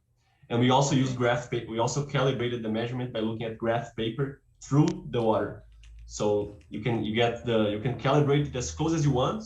It's not perfect, but you can include it in the uncertainty, so you can keep that under control. Okay, and about the round glass that you mentioned, did you take into account the distortion of the glass, or like you increase the uncertainty in this case? Yes, it definitely increases the uncertainty because as you calibrate multiple times, you get different values, and that comes out in your uncertainty. Okay, and what about the errors that could surge about the interaction of the water with the walls of the glass? Yeah, like, if you look at sorry, go on. No, I would. Okay. So if you look at the model we showed in the presentation, there was actually a little bit of a distant divergence at the end, which is precisely that. It's when the ice hits the bottom of the glass and it sticks there.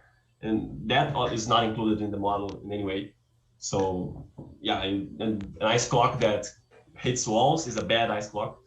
Yes. So our different arguably better clock is the one has the property that, since it can be smaller, so you don't need to buy all that expensive oil. The baby oil is like over 100 guys for a liter, right. and you can make it in a small compartment, and the ice will be, because the density profile will be so steep, the ice will remain almost still. So you only use the interval that this effect didn't happen, right? And this time interval was sufficient, so you can be sure about the precision of it, because I think longer intervals would have a better precision about the frequency and these things. Yeah, the ice takes a long time through. So if you want to measure, you can easily go through over 15 minutes with the same precision being kept. So once you begin, if too many things change, so if there are collisions against walls, you may have to take other things into account. And there's another point, just to be clear, that if you can go back a slide. When we talked about optimizing the setup, and for our proposition of the ice clock, the best way to optimize it is to turn the vegetable oil into a heat reservoir. So if there's no change in the temperature of the vegetable oil, then the precision goes way up. Okay, and I think that's it. I think it was a nice discussion. I think we can open for the members of both teams. Great. Thanks. Maybe I can share my presentation, because I think there will be... Sure.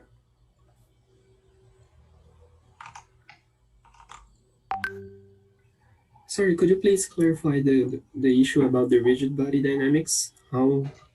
Yeah, that's a good point. So this is probably also this is another reason why the density profile is so hard to measure, right? So in general, you may expect that we know that from Archimedes' principle that the buoyant force is proportional to the weight of the displaced fluid, right? So in general, if you're at a certain point in this graph here, you must assume that the ice is taking an average of the local profile. So, but this is a severe limitation. Liquid density profiles in liquid interfaces is very hard to model. The only case we found in the literature saw very complicated numerical models. But as you can see in this comparison, it actually provides a reasonable description. So you get a little steeper sometimes, but in general you fall within the uncertainty. And how many free parameters did you use to adjust to fit this data you collected from the video? So we have two which you get from tables, which just you demand that in the limits the density profile is equal to the baby oil alone and the vegetable oil alone. So that gives you two. Then you adjust the equilibrium, because that corresponds to the difficulty in the miscibility, right? If they mix more or less, you displace the equilibrium point. So you adjust one to account for that, and the other one is the steepness, which you adjust to the best fit. So there are 4 free parameters. two Okay, couple tables, two experiments. And have you tried to do this with more than one video? This? Yeah, the same plot. Yeah, that's the difficulty. We can't ever have experimentally this type of ice clock because it requires a very large vessel with too much oil. So we can extract data, for instance, from these videos, which we did ourselves, but they don't give you any interesting dynamics to study in order to build a clock, right? So if you want to build an ice clock in the traditional way, you need a very large vessel. And even then, if you can't model the rate of bubble formation, which as we highlighted here, it's useless. Yeah, but I think it would be interesting to see a testing model plot with the data you collected yourself, just to see how this influence of the size of the recipient would interfere in your model. But But maybe you can just use, if you're convinced of the model working, maybe you can visualize it. You can change the parameters in this model and you see the effect of these variations. Yeah, maybe the point here is that you're showing us just one experiment in a comparison with one experiment, right? Which was a recursive point in other presentations. Yeah, but there's a very important difference here. This is, sorry. There's a very important difference is that we're precisely using the measurement we did to say, okay, we understand what happened here, but this doesn't work as a clock. And then we propose a different setup, which is completely made by us. All the experiments are done by us, okay? including the determination of the period. So I have two parts, right? So I'm demonstrating that experimentally the first setup doesn't work, but we can understand it. And second, we build our own setup and make measurements on our own setup, and we show it how it's arguably better than the original one. But you cannot cross over then, like comparing one with another and understand why the first one does not work and why with your data you cannot obtain the same graphic you showed us for the first experiment. That's no, because I can't explain. Okay, go on. We are looking at different things. So the first one, we built a model that it works. It follows the experiment the video that we saw, and the other one we measure the time with a different mechanism. We use the droplet formation. So the problem with the first one is the formation of bubbles that we cannot model perfectly. So we changed the mechanism of measuring this time, and we did our own experiments doing this. So why would you say that the physics assumptions you're doing for the okay, I see. It's an experimental difficulty. Yeah, that's the main point of correction. It's not that we can't explain why the first one doesn't work. We know it's difficult to model the rate of bubble formation, and it's very hard to do in practice because of how expensive it is. And okay, so that's a limitation. Okay, no, okay, that's okay. That's great. So I would like to understand an interesting point in that graphic you showed us of your fit in the first experiment. The one from the video. This one? Which is this one. What happens after 400 seconds? Yeah, that's what I was talking. That's what I was telling Otávio. That's what I was telling Otávio. This is the point where the ice touches the bottom of the recipients. So then our model would predict, well, this is just a point where the droplet was released, and so it goes back to equilibrium. But what actually happens, and this is something we don't include in the model, is you touch the wall and you adhere to it. So this is a limitation you wouldn't have if you have a larger even recipients. I think it's important to say that this is a non-recurrent event. It's like a limitation, but as Felipe said, if you have a large enough recipient, this would never happen. I mean, if I should change my model, because if I just say, okay, the bubble was never released, then it will stay here. I mean, it's because it's really a matter of definition, right?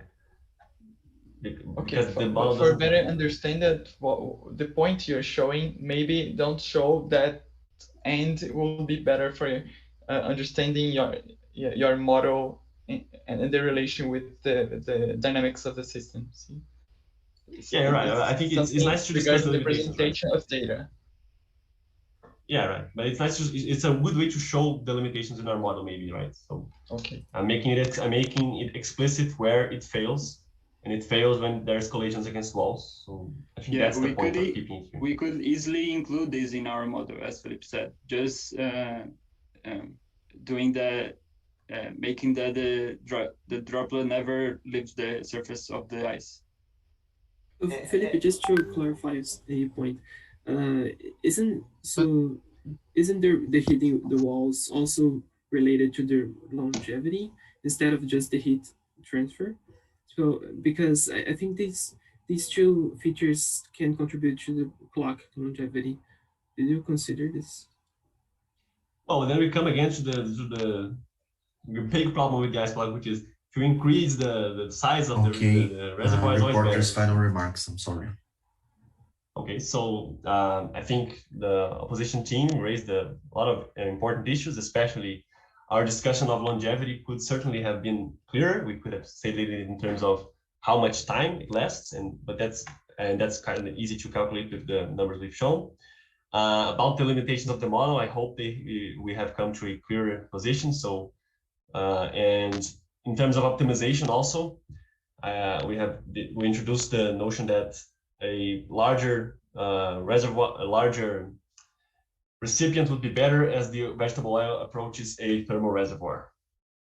So I thank the opponent team, and that's my final statement.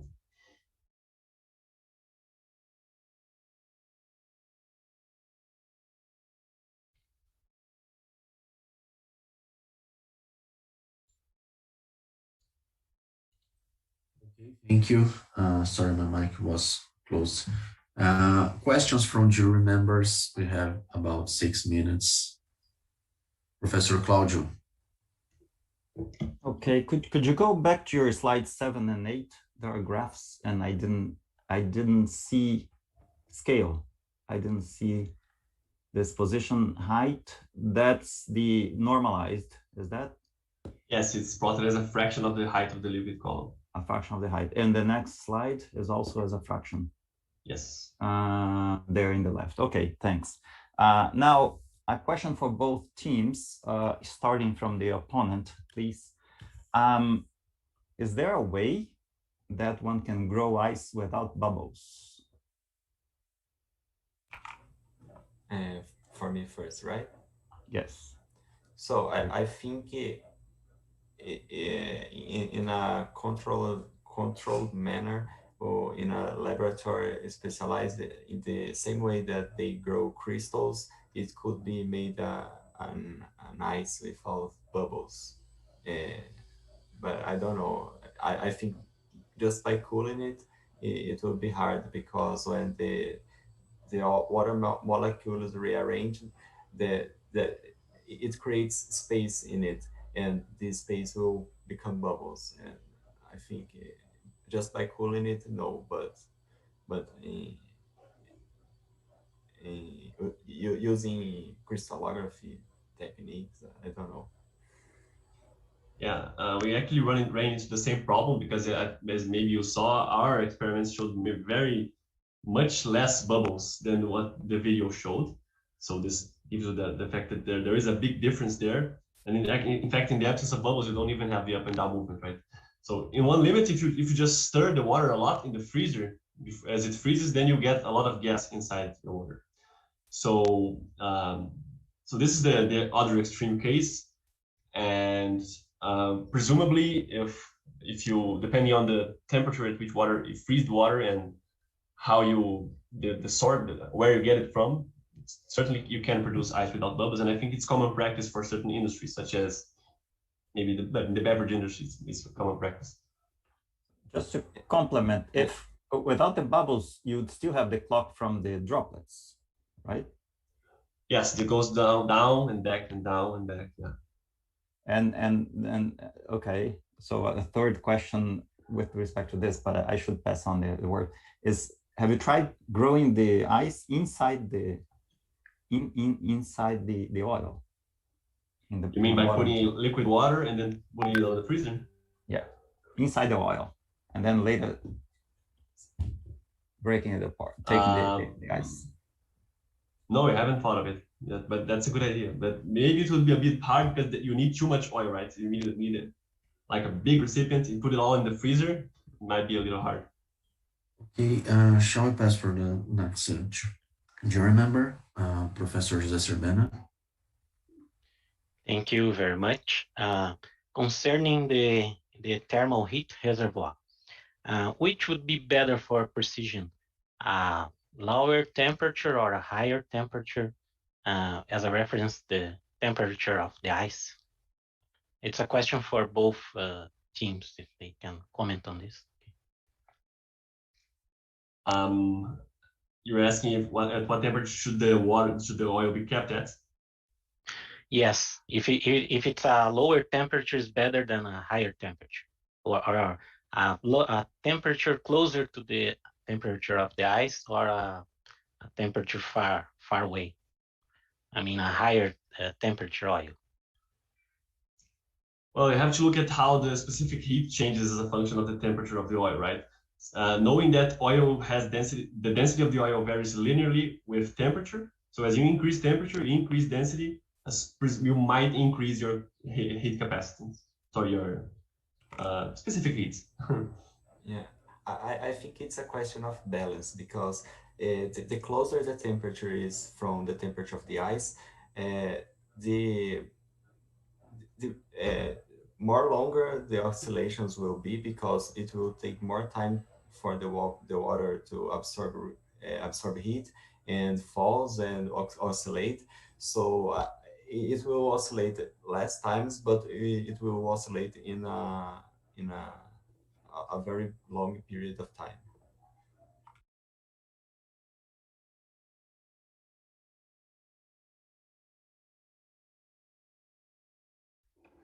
Okay, Professor José, you have any other question? Okay, I was thinking, I will complement them. I was thinking in terms of the droplets that reach the bottom of the glass, because that's the way the clock works, right? So if you have a closer temperature of the reservoir with the ice, then it will melt slower, and you have less droplets and the period will be longer. In this sense, I was asking. Oh, sorry. I don't know if you can comment. Yeah, you change the heat rate, right? There's the the temperature gradient appears in the expression for the heat rate of heat flows, right? So I misunderstood your question. I thought you were asking about how well it would approach a thermal reservoir depending on the temperature. So I misunderstood it, and so yeah, the temperature difference is basically the main determining factor for the rate of heat flow.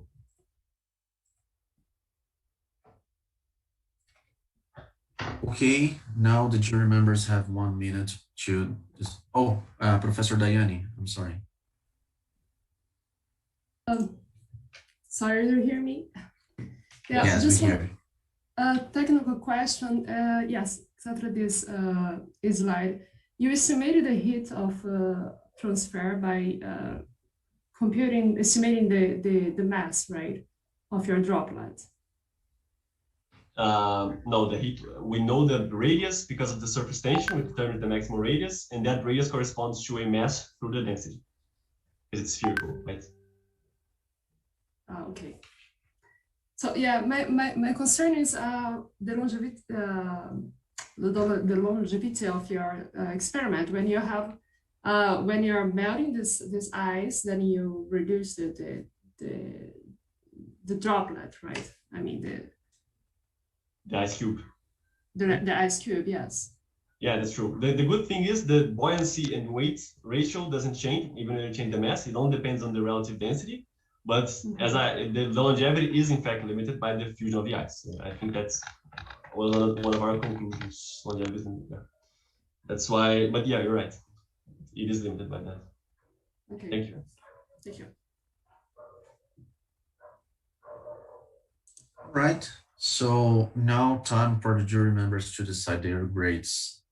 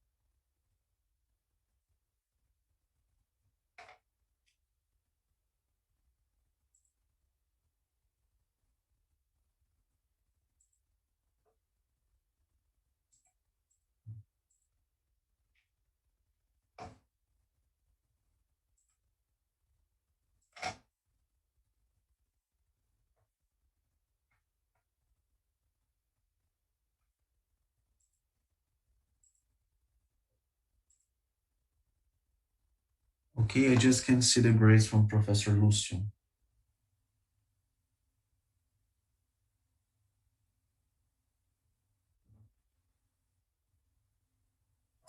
I'm sorry, I'm having a few problems here.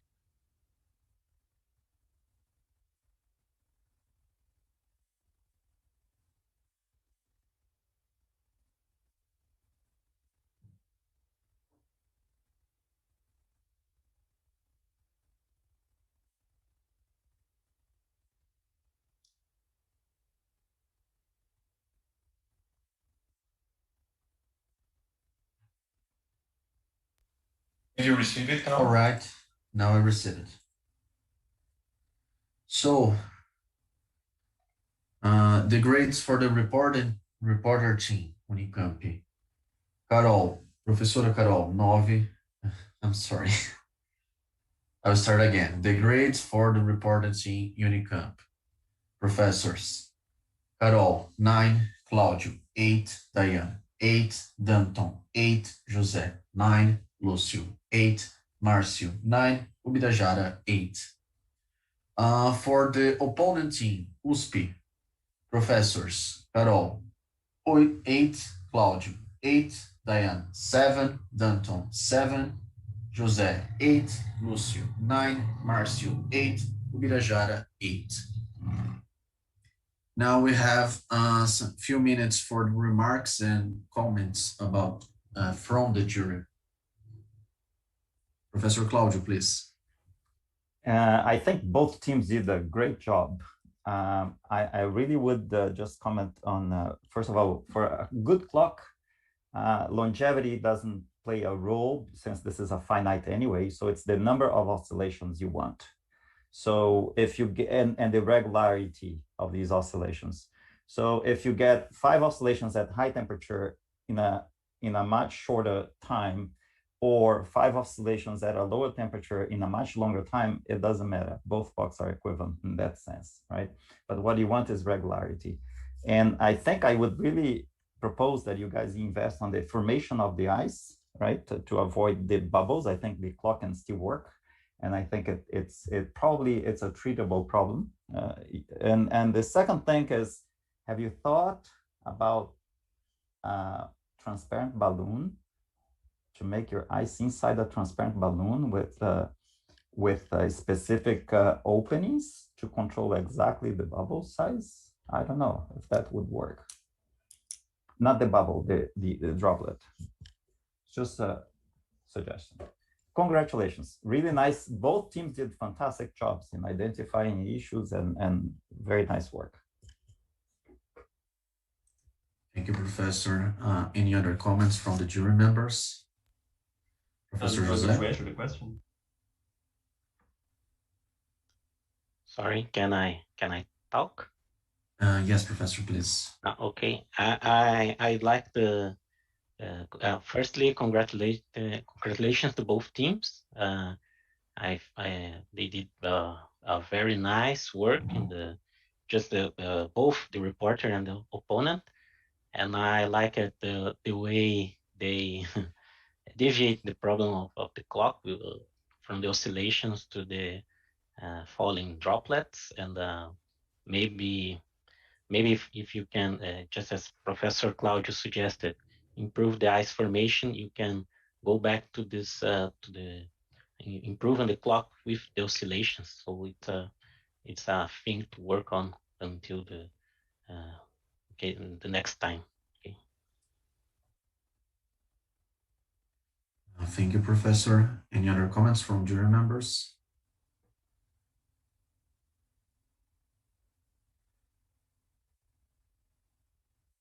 Okay. So, just to comment on, I think it was Professor Birajara, he asked about that. Just to say that that's a very nice idea, but we haven't really tried it yet, of the balloons to better control the volume of the droplet. So that's a nice future perspective. So thank you.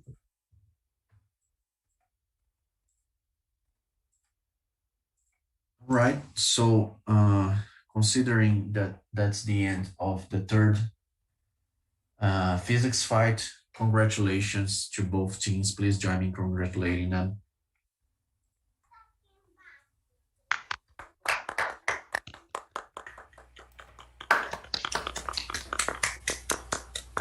Very nice.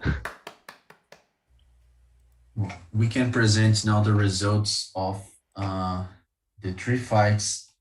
So starting the decision of who's going to present first, not who's going to present first, but who's going to choose first what problem they're going to present at the finals.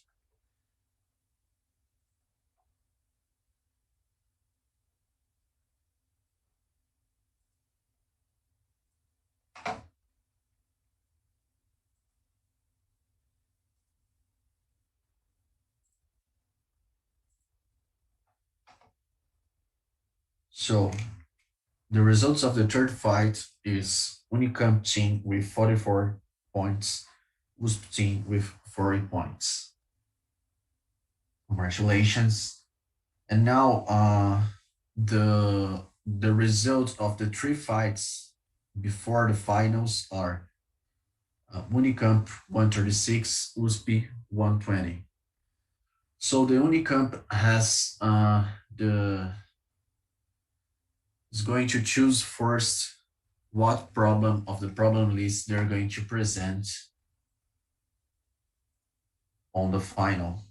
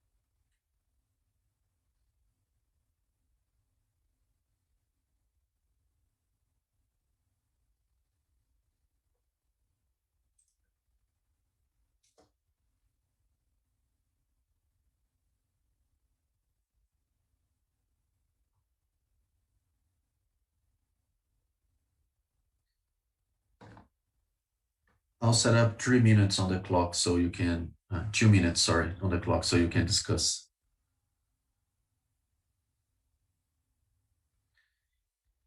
We're going to remember all the participants that the finals has a twice weight comparing to the other fights.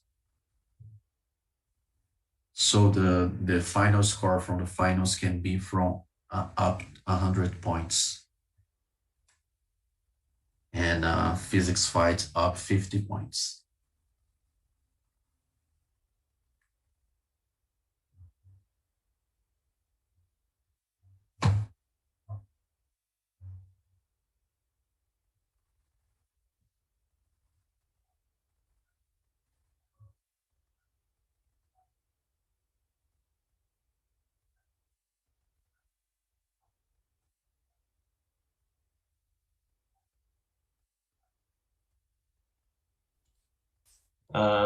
So for the final, we will present problem number 11, spinning washer.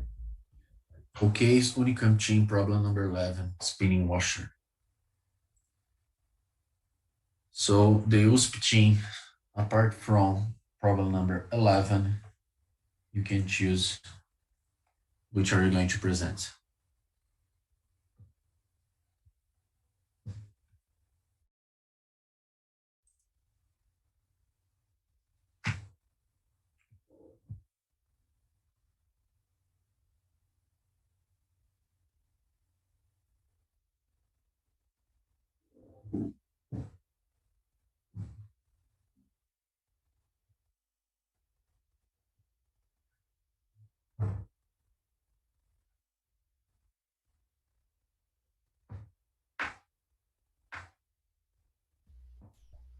We will pick problem number 5, distant thunder.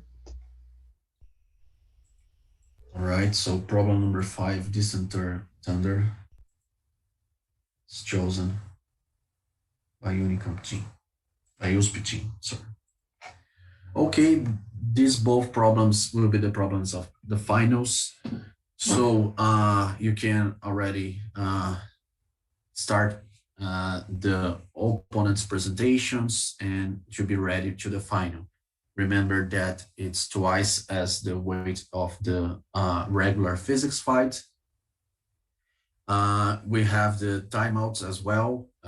It's not 3 timeouts for each team for technical problems, 1 for strategical if you have any problem, any extra time if you want. I believe that's it. We're going to decide the order of the presentation and in a final captain's fight before the competition. And that's the decision of the finals that we have needed. You don't need to say who's going to report or who's going to oppose before you can say at the finals. So thank you very much. That's the end of the physics fight number 3. We expect you all have a good final fight at the finals in a few hours. Thank you very much. Pessoal, oficialmente finalizado o fight número 3. A grande final aí vale de 0 a 100, até 100 pontos, né, como mencionei. As equipes escolheram os problemas número 11 da UNICAMP da Spinning Washer e a USP escolheu o problema número 5 de Distant Thunder. É não necessário falar quem é o reporter, quem é o opponent até o momento da apresentação. Vocês têm aí esse tempo para se prepararem e desejamos aí que vocês elevem o nível da discussão durante a final. Vai ter um Captain's Fight para decidir quem decide, né, se começa primeiro ou se apresenta depois, dependendo da estratégia de vocês, mas não vai ter o challenge, né, os problemas já estão escolhidos, não haverá o desafio. O Final Fight ele costuma ser muito elaborado quando é feita a apresentação presencial, né, devido a esses problemas aí, nós fizemos uma adaptação e serão alguns problemas, né, uma quantidade maior aí de Captain's Fights que já foram no molde que já foi apresentado, tá certo? Felipe, você tem levantado a mão aí, tem alguma pergunta? Ainda tem o bônus da Captain Fights, né? Não? Tem, 5% para a vitória de quem tiver maior pontuação. Ok, obrigado. Isso o bônus de quem ganhar o fight, né? Quem ganhar o Captain's Fight é apenas a decisão de quem vai começar apresentando. Obrigado.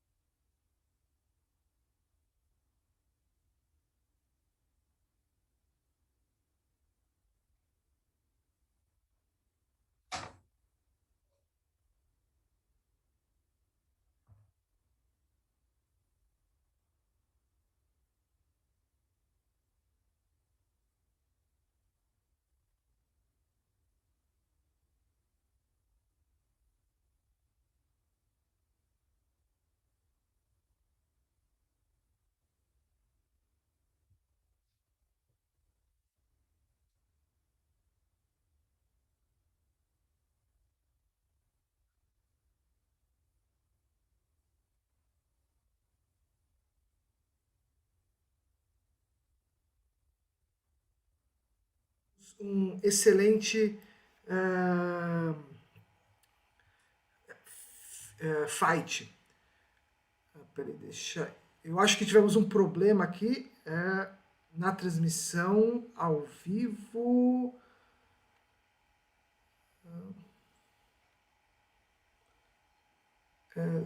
Pessoal, eu vou repetir aqui porque eu acho que teve um problema aqui. Então, quem está assistindo a gente no YouTube, por favor, compartilhe com os amigos, tá? Chamem aí a torcida das equipes, USP e UNICAMP. Esperamos que vocês tenham gostado. Se vocês quiserem nuclear uma equipe na universidade de vocês, entrem em contato com a gente, tanto pela nossa página no Facebook e o nosso canal no YouTube, tá? E é isso. Novamente agradecer ao time da Unicamp e da USP pelo excelente fight, os jurados pelas excelentes colocações. Obrigado e nos vemos à tarde.